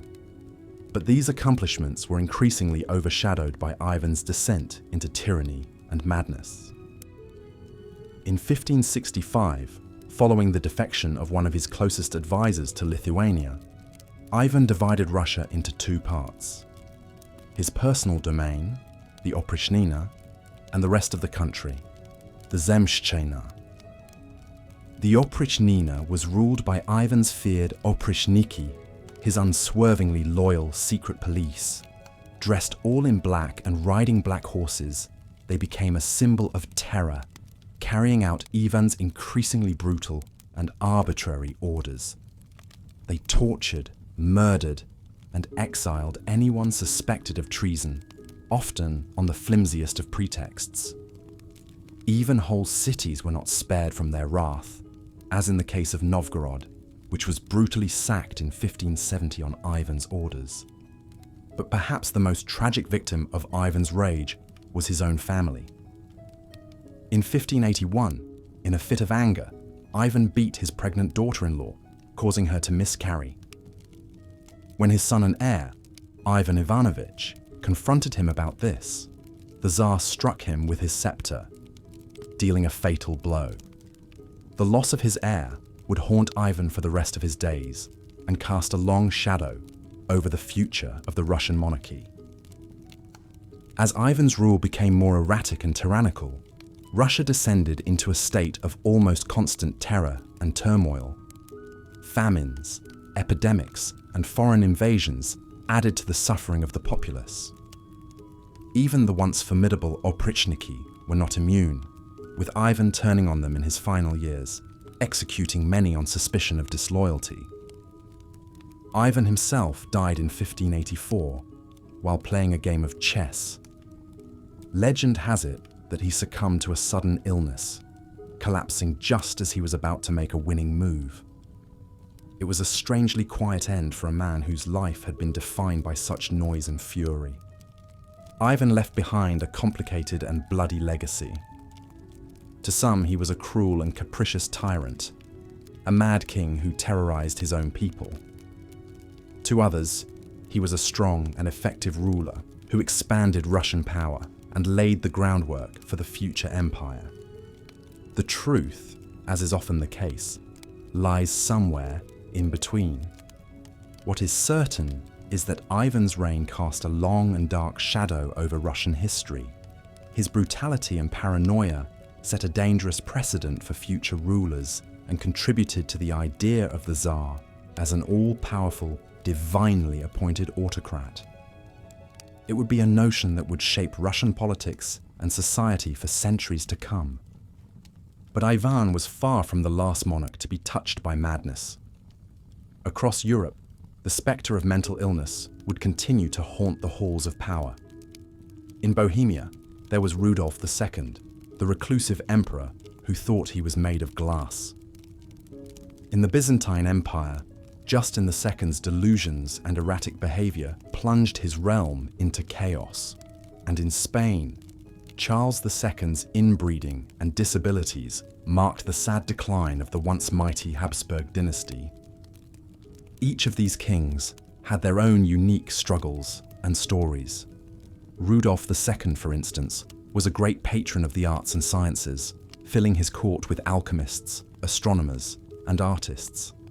But he was also deeply paranoid, refusing to allow anyone to touch him for fear of shattering his supposed glass body. Justin II, on the other hand, was known for his wild mood swings and grandiose delusions. He once appointed his pet cat as the governor of Egypt and would often run through the palace howling like a dog. His behavior grew so erratic that his wife had to rule in his stead. And then there was Charles II, the last of the Spanish Habsburgs.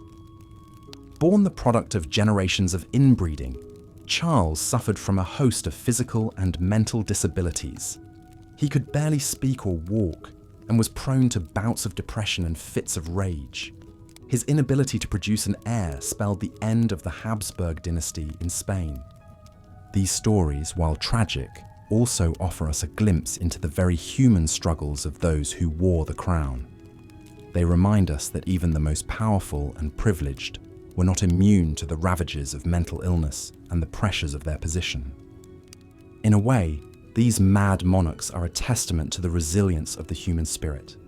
Despite their struggles, many of them still managed to leave their mark on history, for good or for ill. They built great palaces, patronized the arts, and changed the course of nations. Their stories, however dark, are an integral part of the tapestry of human history. As we come to the end of our journey through the lives of these troubled kings, it's worth reflecting on what their stories can teach us. Perhaps they serve as a reminder of the importance of empathy and understanding, even for those in positions of power. Perhaps they caution us about the dangers of unchecked authority and the need for limits on even the most exalted of offices. Or perhaps they simply offer us a more nuanced and human view of history, one that acknowledges the frailties and flaws of even the most towering figures. In the end, these mad kings were not just rulers, but men with all the complexities and contradictions that entails. As we lay our heads down to rest, let us ponder these stories and the lessons they hold. Let us dream of a world where power is tempered with compassion, where even the mightiest are not beyond the reach of understanding and mercy. And so, good night, dear listener. May your dreams be filled not with the terrors of tyrants, but with the hope of a kinder, gentler world. May you rest easy, knowing that the mad kings of old are but a distant memory, and that a new day dawns, full of promise and possibility. Good night, and sweet dreams. As we explored in our last segment, mental illness could have a profound impact on the reigns of medieval kings, often with tragic consequences for both the monarch and their realm. But madness was not the only trait that could make for a disastrous ruler. Cruelty, pettiness, and plain incompetence also had their place in the rogues gallery of medieval monarchs. One king who combined several of these unfortunate qualities was John, King of England, from 1199 to 1216. The youngest son of Henry II and Eleanor of Aquitaine, John was never expected to inherit the throne. But after the death of his elder brother Richard the Lionheart, John found himself wearing the crown. And from the start, he seemed singularly unfit for the role. John had a talent for making enemies and alienating allies. He was notoriously cruel and petty, once ordering the capture of a particularly bothersome archdeacon and having him pressed to death under weights. He also had a habit of seducing, or some say assaulting, the wives and daughters of his barons, a pastime that won him few friends among the nobility. But it was John's bungling of the war with France that truly earned him infamy.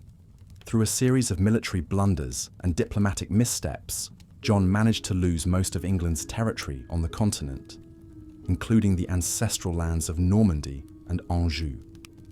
This was a devastating blow to the prestige and coffers of the English crown. Back home, John's heavy-handed attempts to raise funds and quash opposition only brought more turmoil. He was constantly at odds with his barons and the church. His clumsy attempts to install his own archbishop led Pope Innocent III to place England under a crushing interdict, suspending religious rights across the country. Tensions reached a breaking point in 1215, when a group of rebel barons took up arms against the king. Hopelessly outnumbered, John was forced to sign the Magna Carta, a charter of liberties that placed limits on the power of the crown. Though John almost immediately reneged on the deal, the Magna Carta would become a cornerstone of English law and a symbol of the fight against tyranny. But John's story doesn't end there. Determined to retake his lost lands in France, John launched a new campaign across the Channel. It was there, while pillaging his way through the Loire Valley, that John contracted dysentery. The evil shit, as one contemporary put it, would be the end of him. John died a miserable death, his body racked with fever and his bowels turning to water. It was an ignominious end for a king whose reign had brought England to the brink of ruin. John's failures as a ruler were manifold. He was cruel, reckless, and woefully inept at the art of kingship. Yet in a strange twist of fate, it was his very incompetence that led to the signing of the Magna Carta, a document that would shape the course of English history and inspire the cause of liberty for centuries to come. As we bid goodnight to bad King John, we're left to ponder the capricious nature of history.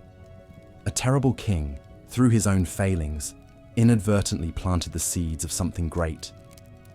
It's a reminder that even in the darkest chapters of the past, there are glimmers of hope and progress. And with that thought, we'll let the sands of time carry us gently off to sleep. Speaking of dark chapters, the next king in our gallery of rogues is a figure cloaked in sinister legend. Vlad III, Prince of Wallachia, is better known to history by his ominous nickname, Vlad the Impaler. His story takes us to the blood-soaked borderlands of Eastern Europe in the 15th century. Vlad was born into a noble family in Wallachia, a principality sandwiched between the Christian kingdoms of Hungary and Poland and the expanding Ottoman Empire.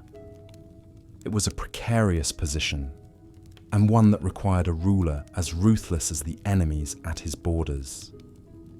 In Vlad, Wallachia found a prince who was more than up to the task. From an early age, Vlad had known violence and brutality. As a child, he and his younger brother Radu were sent as hostages to the Ottoman court, a common practice at the time to ensure the loyalty of vassal states. There, Vlad witnessed firsthand the cruelty and casual bloodshed that was a part of Ottoman statecraft. When Vlad finally took the throne of Wallachia in 1456, he was determined to rule with an iron fist. He saw threats all around him, from the Ottomans, from rival noble families, and from anyone who dared to challenge his authority. And he met these threats with a singular brand of brutality that would make him a legend. Vlad's preferred method of execution was impalement, a slow, agonizing death that involved driving a sharpened stake through the victim's body. It was a punishment he meted out with terrifying enthusiasm, sometimes impaling hundreds or even thousands at a time.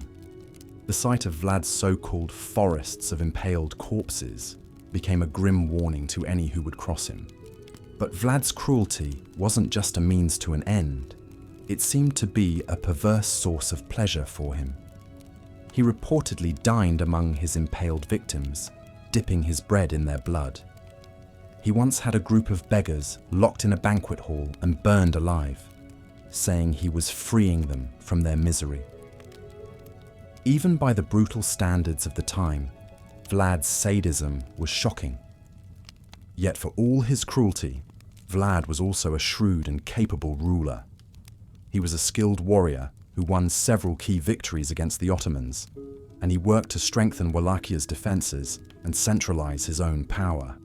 In a region beset by foreign invaders and internal strife, Vlad managed to keep Wallachia independent and secure, albeit at a terrible cost.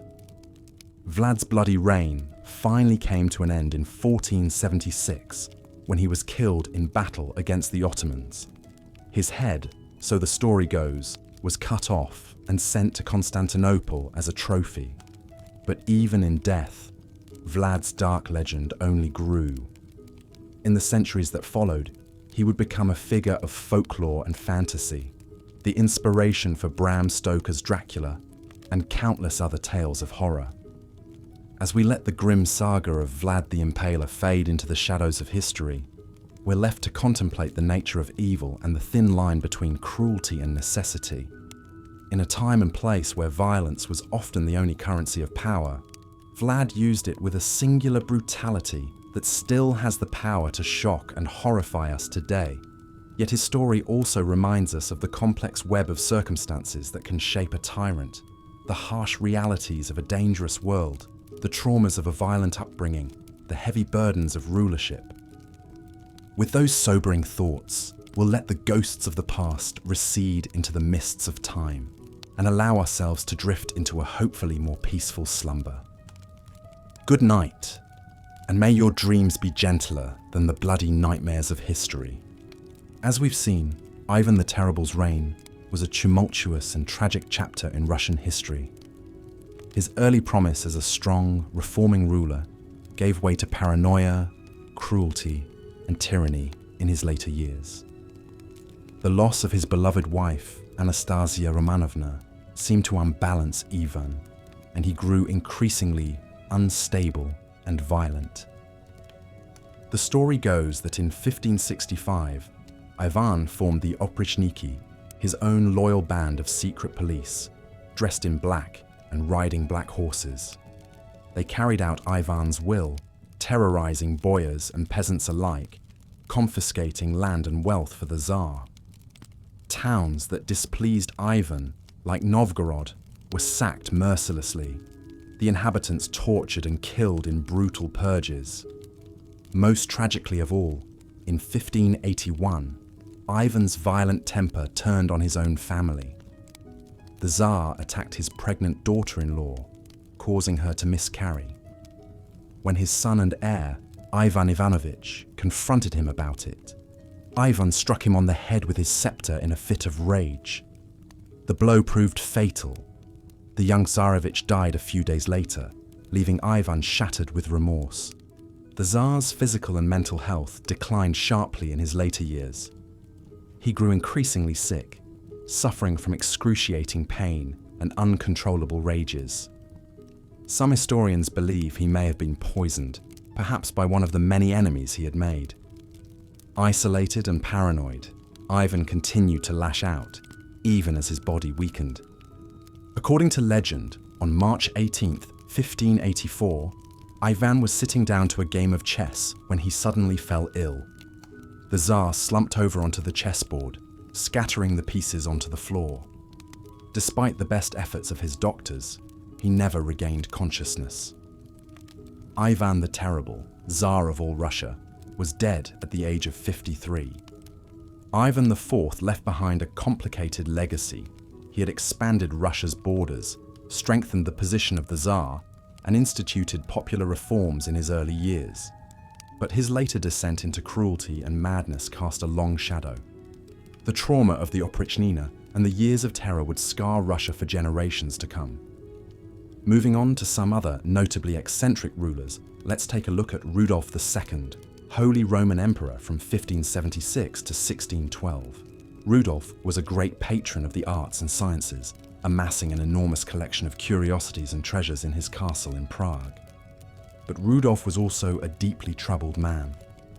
Intensely private and reclusive, he increasingly withdrew from the day-to-day business of ruling, preferring to spend his days among his collections. He suffered from bouts of severe depression and melancholy. and grew fixated on the occult, alchemy, and astrology. Most curiously, Rudolf became convinced that he was made of glass and could shatter at any moment. He took to wearing thick layers of padding under his clothes to protect his delicate glass body.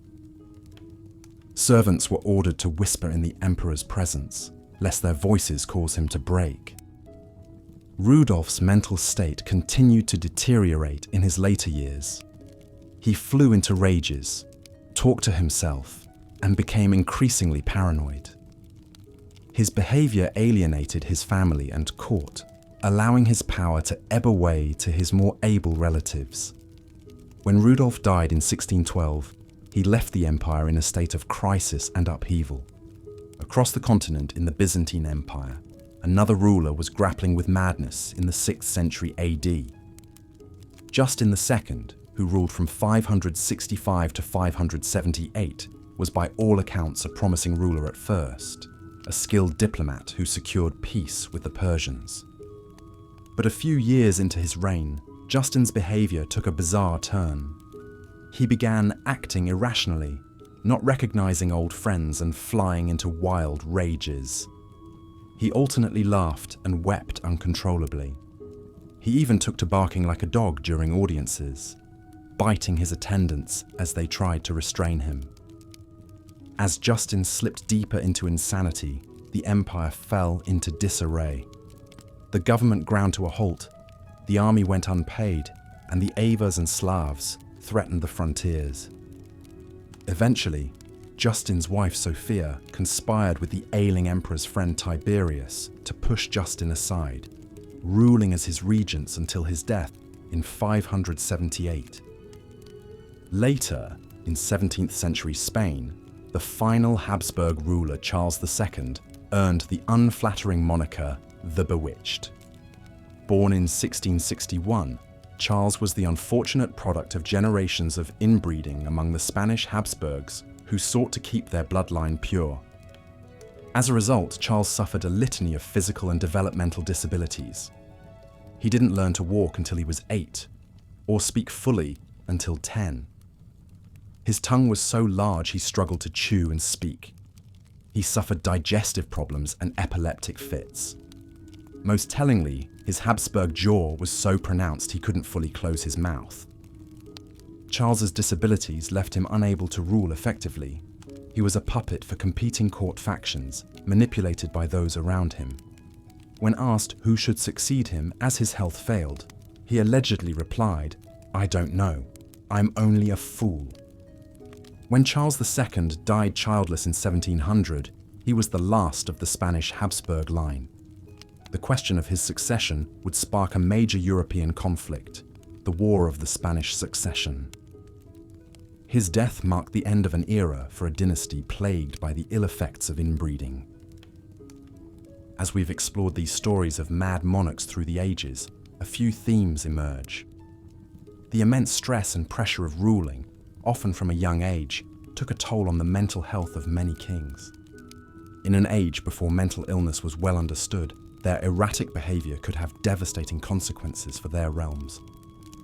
Their stories also highlight the importance medieval rulers placed on having a competent male heir.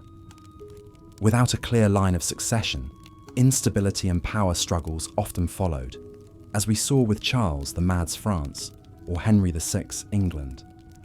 Looking back with modern eyes, it's hard not to feel some sympathy for these tragic figures, grappling with inner demons in a very public role. While some like Ivan the Terrible used their power to lash out cruelly, others like Justin II and Charles II come across as sad cases, powerless against their afflictions. In the end, perhaps these mad monarchs are a reminder of the very human frailties of even the most powerful rulers. For all their wealth and status, kings were not immune to the same mental and physical illnesses that could strike down any medieval man or woman. As we finish our journey through these strange chapters of medieval history, I hope these stories of mad kings and ill-fated reigns have been an intriguing peek into the complex lives of rulers past, with just enough drama to keep you from nodding off completely. And with that, Our tour of eccentric sovereigns and medieval madness has reached its end. If you've enjoyed this bedtime foray into the annals of history, perhaps you'll join me again sometime. Please do like or subscribe if you'd care to hear more quirky tales of bygone days and long-dead kings, or if my droning on has proven a reliably soporific tonic. But for now, as the medieval world fades into the mists of dreams, I bid you good night and wish you a mercifully more peaceful and stable slumber than our poor mad monarchs. Sweet dreams.